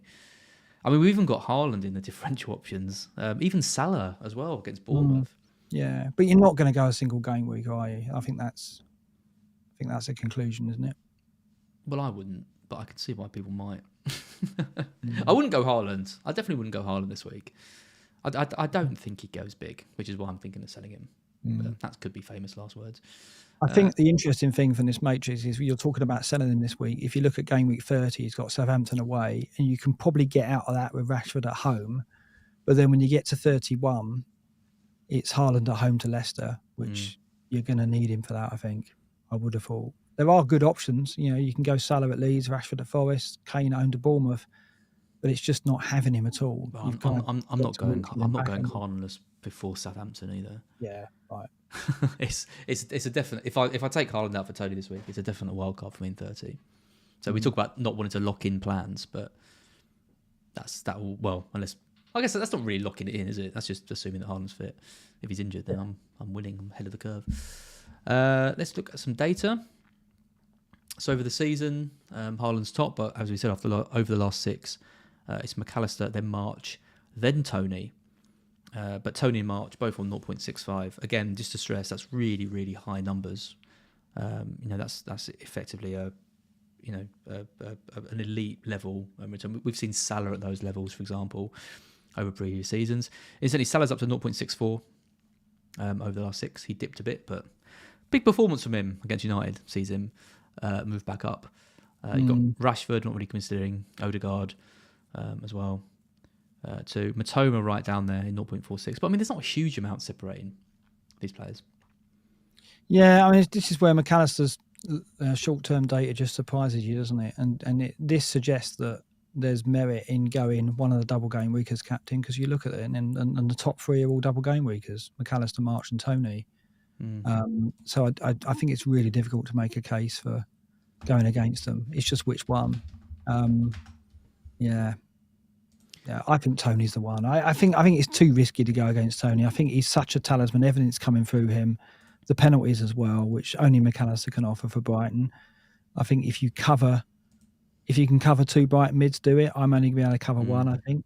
But I'm probably going to go captaincy on Tony. It's not a differential. It won't be. He'll have over 100% effective ownership, I expect. But I think I will still go with him.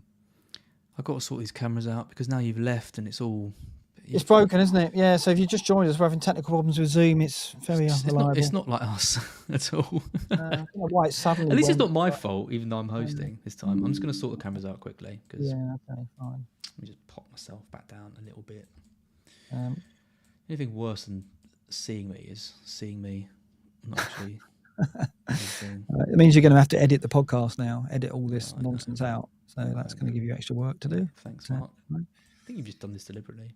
I don't know what happened, but I can't get it back. Zoom's just not recovered for me. So cannot appear. This is why we shouldn't use Zoom. Lingard's back in. Stop using that. Right, so what are you doing? What are you doing, captain? If you get Tony in, are you going to captain him? I don't know. I'm between him and Matoma. I think I'll probably go Tony. As I said, routes to more routes to points. I would love to captain Bateau in a double game week though. The Brighton fan in me might sway me, but I think Tony's probably the optimal play. Damn it! Can't see your reaction. Had to get that in. Yeah, I think it's the most obvious route, should we say?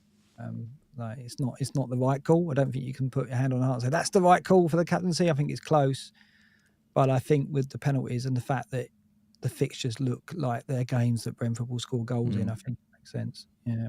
Yep. Some more stats. Double game week captains is what we talked about. We've covered this already. But yeah, I mean the stats point to McAllister. More shots per 90, more big chances, a better XGI non-penalty per 90 as well. The key stat though, minutes per points out of the 4 options. Mitoma comes in. Mitoma comes in. There you go. Vibes. Mitoma vibes. 38 points over the last 6 is the highest compared to 20 for March, 18 for McAllister and 21 to Tony. So, hey, we want returns at the end of the day, and it's Mitoma that delivers. So, can't tell me he's a bad pick. Opponents over the last 6, Salah's playing Bournemouth, who are the worst defence, I believe, over the last 6. Forest are there as well. If you've got Kane, you haven't got Kane. You must be a bit worried about not owning him this week. Yeah, he isn't putting up trees though, is he? He's not going big. I don't think they'll thrash us, so I'm not too worried about him. I'd be more worried about Salah if I didn't have him, because you just don't know what he's capable of. He's got a hat-trick there before, if I remember right. I think I had him on that day. So, yeah, I think I'm expecting Liverpool to score 2 or 3 goals. So I think as a return in for Salah, will Kane score against Forest? Probably. Yeah. So I don't think, if I was backing one of the 2, it would be Salah over Kane. But the data here suggests it's Everton, Southampton are the worst defence compared to the defences that Brighton play. Brighton are playing Leeds and Palace, who are, in terms of XG non-penalty per 90 over the last 6, have done better than Everton, Southampton. So it's another thing that points at Tony, right? Yep, that's it. I was going to call that as well. Yeah, Southampton, Everton, 3rd and 4th on this list. So they are the better opponents. The only thing is Brighton do have that home game. Only 1 home game out of the 4 matches, and that's Brighton v Palace.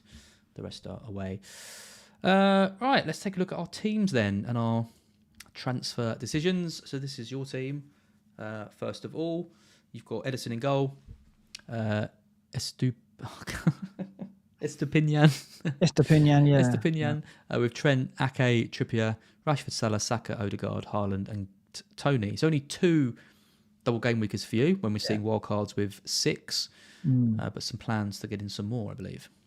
Yeah, so it will be probably Ake or Tarkowski to make way.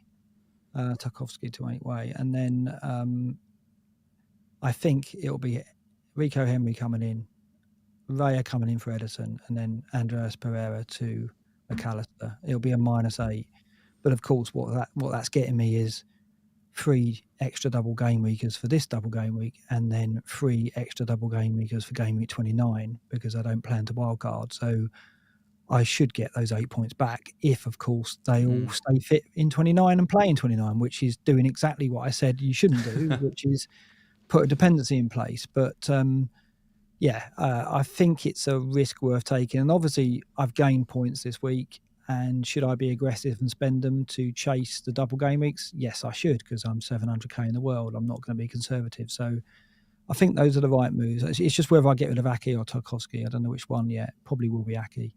And then it's like, do I start Trent? I probably won't start Trent. I'll probably play 3 at the back, and it'll be Estupiñán, Henry and Trippier, and Trent will be on the bench reluctantly because... Wait, this week? Yeah. Well, I've got to play 5 in midfield. You can't bench Trent at Bournemouth. Well, you've got to play your midfield. You've got to play Rashford, Salah, Saka, Odegaard and McAllister, haven't you? No, I'd play Trent over Odegaard. Would you? Yeah. There's no way I would bench Trent against Bournemouth. I don't want to. No, I don't want way. to. I hadn't considered not playing Odegaard. The thing about Odegaard is that he's the one that people are going without and losing, whereas the one to perhaps bench would be Trippier, because they haven't done well recently, and Wolves have got plenty to play for. So, it would be risky going Trent over Trippier. Maybe not as I much. just think you like Bournemouth are the worst attack and the worst defence, really. Yeah.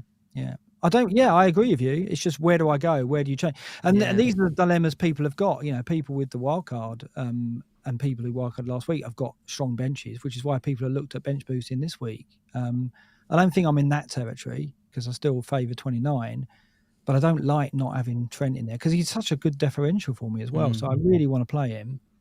So that will go to the wire as well. Yeah, interesting your views on that about Odegaard. Don't know. Tony captain, definitely. Isn't Pereira still out? Isn't Paulina still out for Fulham? Yeah, see, Odegaard's going to have that area.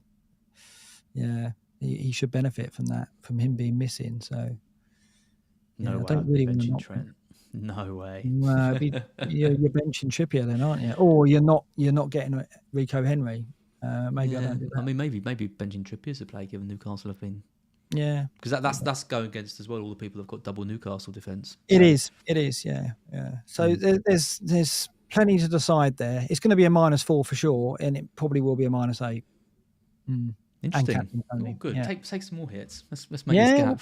Let's make this gap a bit bigger. Yeah. My team. So I've got Kepa in goal. I've got the double Newcastle defence and Henry. Salah, Saka, Rashford, Odegaard, Matoma currently captain, Haaland and Kane. What's interesting is that you haven't got Kane. I'm probably not going to have Haaland, and then the wildcards aren't going to have Salah. So everyone's missing a premium, and they've all got really good fixtures this week. So which ones are going to go off? Are they all going to blank? Are they all going to go crazy? Kind of, obviously, who knows? But yeah, I was, as I said, I was debating the wildcard to bring in McAllister, to get in someone like Chilwell or James into my defence. Go for Steele, get rid of Tarkowski and Nonto, and kind of sort things out a little bit. I don't think I'm going to do that now. I think I'm going to do Haaland to Tony. And then it's, do I take a -4 and do Tarkowski out for Estepinian and bench one of my Newcastle defenders? I think I probably do that. The issue is that I lose Tarkowski, who's got the game in 28. But is that an issue? He's playing at Chelsea away. He's not going to get many points in that, so it doesn't really matter. Or I could do Tarkowski to a Chelsea defender and get in James or Chilwell. Because essentially he's got 2 games like Estepinian does. Yeah. So it's about looking at it that way. And do I go for Chilwell maybe and take a bit of a punt on that? Tempting, but yeah, I do like the idea. How many have you got for 28 at the moment? I've got Henry and Matoma at the moment, so 2, and then Tony coming in, so that'd be 3. No, but I mean, how many for 28? Not for the double, for the blanks. Oh, for 28, I think I'd be at 9. 9. So I'd be at 10 if I brought in Chilwell or James. Yeah. I think you can go in with 9. I mean, that's all right. So I think you could afford to lose Tarkowski and not have that extra player. And you've got Kane for 28, whereas I haven't. One of the reasons why I'm free hitting is because I don't have Kane. So I think I've got to cover him just in case. So I would probably do the Tarkowski to Stupinian move. I think so. Right. And then in 28, I can do Nonto to Watkins or Felix. And then in 29, I've got one more transfer to kind of play around with. I feel like I'm in pretty good shape, so I don't think the wild card is necessary. But yeah, I am a bit tempted by Chilwell, I have to say. Oh yeah. It's just, but again, it's like getting him in now for 29 is a risk, right? Because you could back down, couldn't but I'm just looking at the next 2. So the next 2, Estepinian's got 2 games, and Chilwell has as well. So if Chilwell had a double game week this week, would I go for Chilwell over Estepinian? Probably. Yeah. So surely I need to look at it exactly the same way. The only difference is there's potential injury that could happen. Yeah, but it's fitness, isn't it? Like Chilwell, can you rely on him yet? Yeah, I don't know. Anyway, Haaland to Tony is one. Are you bench boosting 29? Yeah. Yeah. My bench will be strong in 29 because I'll have the Haaland money to upgrade Nonto to a Watkins, probably. And then Tarkowski will be a Brighton defender or a Chelsea one. And then the only single game week players I'll have will be Saka, Odegaard and Zinchenko. And I could even move Odegaard out for another double game week player. So I'll be bench boosting with 2 single game week players in Saka and Zinchenko. Yeah. And then Ward and they'll play with doubles. Anyway, not a long time. All good. Yeah, you think? Yeah, I think. Yeah. Black box leagues. Not a huge amount of movement at the top of this. Ali is still top with 69. Big score for him though, 69. At a time when he'd just kind of taken the top spot, he must be close to overall 1, if not overall 1. I'll have a look. Let's take a look. Ali is number 2. Wow. Ranked 2 in the world. Absolutely amazing. He is, oh my God, he's level on points with Ambjorn in first. Wow. Come on, Ali. What Ali needs to do is leave all the other leagues immediately and just stay out so that we jump to the top. What other leagues is Ali in? He's in all of them probably, isn't he? Because he's in FPL Mates and that's it. Oh, is he? Right, okay. FPL Mates. So he's not in Slippers at the moment. Not in Slippers and not in Raptors. No. Yeah, interesting. But yeah, amazing. Like to be level on points with world number 1. And shout out to Chris Glover. He's in 7th again in our league. So my friend Chris, well done. What a great season. Yeah. And I think overall 1 played their wild card this week. No, didn't. Okay. Okay. No, overall 1 has played their wild card. Oh, what, they before played? 26? Yeah, they played in 20. Yeah. Oh, they played it in 25. Oh, they played it last week. That was very different. It was. Got 114 points. But yeah, that's advantage, Ali. 11 points with the wild card to play. Yeah, big score. Andrew Shaw in second, also obviously having an amazing season, along as with Mark Bleakley. I think all 3 have led the Black Box League at one time or the other. Joanne Howes Owen in 4th, Tejas Joshi in 5th, Alex Keating in 6th, Chris Glover in 7th, Vinnie Kang in 8th, Top 8 Dale in 9th, and Alex Jones in 10th. Congratulations, all of you, having absolute stormers this season as well. But you know, we're flying up the ranks, aren't we, Mark? We're climbing. I'm very happy. Yeah, I mean, I can't really moan about the revival. So my quest for respectability continues. Let's see if I can get another green and work my way into the 500,000 next, and then close the gap on you. That's the aim, isn't it? No. Not that you represent respectability. That was the last thing that I put out there. Yeah. I mean, what's your kind of target now? I mean, we talked about this a bit last week, but I think we both got to be confident. Not confident, but hopeful. I think is the better word of a top 100k. I've got a stretch goal. It's got to be 100k now. Yeah, which a few weeks back when I was still like 1.8 million, and I look back and I was 4.2 million in game week 16, and so 10 game weeks later, I've got that down to I've almost taken 4 million off my rank, which is ridiculous. I don't know what I've done. I don't know what's happened. Maybe it's just variance and fortune or luck or whatever you want to call it. Maybe I've done some things right. I don't know. I've got to look at that when we do the post-bought on the season. But there's no doubt that in the second chance league, I'm 20k in the world. And in the first chance league, I was 4.2 million. So what's the difference? I've no idea. So yeah, maybe I've just not taken as many silly risks. I don't know. And the risks I have taken have come in. Maybe it's just that. Yeah. I don't know. We'll have to look at it. That's what this show is about. We will. It's very weird talking to a Jesse Lingard. Yeah, sorry about that. Yeah, got to fix that. People must wonder, what's he doing here? That is the avatar that I was meant to have changed my Twitter handle to, right? Still haven't done it. Yeah. Okay. I've given up even asking. So you thought you'd take the opportunity to put it as my photo, at least on this show. Thanks very much. Yeah, well, I'm never making a bet of you again, though. That's all I'm saying. Yeah. Excellent. I know. Thank you, everyone, for joining us. As always, thank you for those who chose us over Raptor and for those who came to us after the Raptor stream as well. I saw Raptor in the chat too. We had about 1,000 watching live, which is amazing. We only got 200 likes. So hit the like if button, you've enjoyed it and if you enjoyed Mark looking like Jesse Lingard, do give us a like right now. Do also make sure you subscribe to the channel, of course. We're getting close to 30k subscribers. Will we hit it before the end of the season? 29.1k. Still got some work to do. I think it's going to be very close. Very close. And we are also nearing 100 episodes. Yeah. Well, suits for the 30k. I don't know what we do for 100 episodes. Maybe I'll have to think of something. Cake? Rent a tux or something. A cake? Yeah. Oh, that's a good idea. We know someone who can make us a cake. Yeah, Delia, can you make us a cake? Sorry, that wasn't planned, Delia, but that just came to me. Yeah. Awesome. Yeah, but yeah, thanks everyone for all your support. So, yeah, Delia says we can order a cake from her. Yeah, of course we'll order it. Yeah. Let's do that. Perfect. Anyway, thanks everyone. Enjoy your weekend. I'll have some sleepless nights when I sell Haaland, but I imagine others will be having sleepless nights without Salah, so we can all not sleep together, which is great. Mark, as always. Yes, let's not sleep together. No, I realised where that was going. Definitely time to end this. Definitely time to end this stream now. Yeah, we'll be back next week, of course. Yep. I don't know. Well, I don't know when we'll be back next week because it's a double game. Is there a Friday game? So... Oh yeah, there is. We'll have to find the optimum time to do the stream, whatever that will be. Well, it's not just the Friday; it's also the double game week on the Wednesday. Oh, it's a nightmare. Oh well. I think. Should we just stream through the games because we can't watch? We could do a watch along, couldn't we? Yeah, because no one's going to want to watch while we're. Let's do a kind of casualish, like watch along type thing. Yeah, even though we can't actually watch the games. And I'll try and sort Zoom out for next week. So I actually appear as non-Jesse Lingard in a Derby shirt, which I couldn't even remember happening, but there it is. There it is. Nice. Thank you, everyone, and we will see you next week. Good night.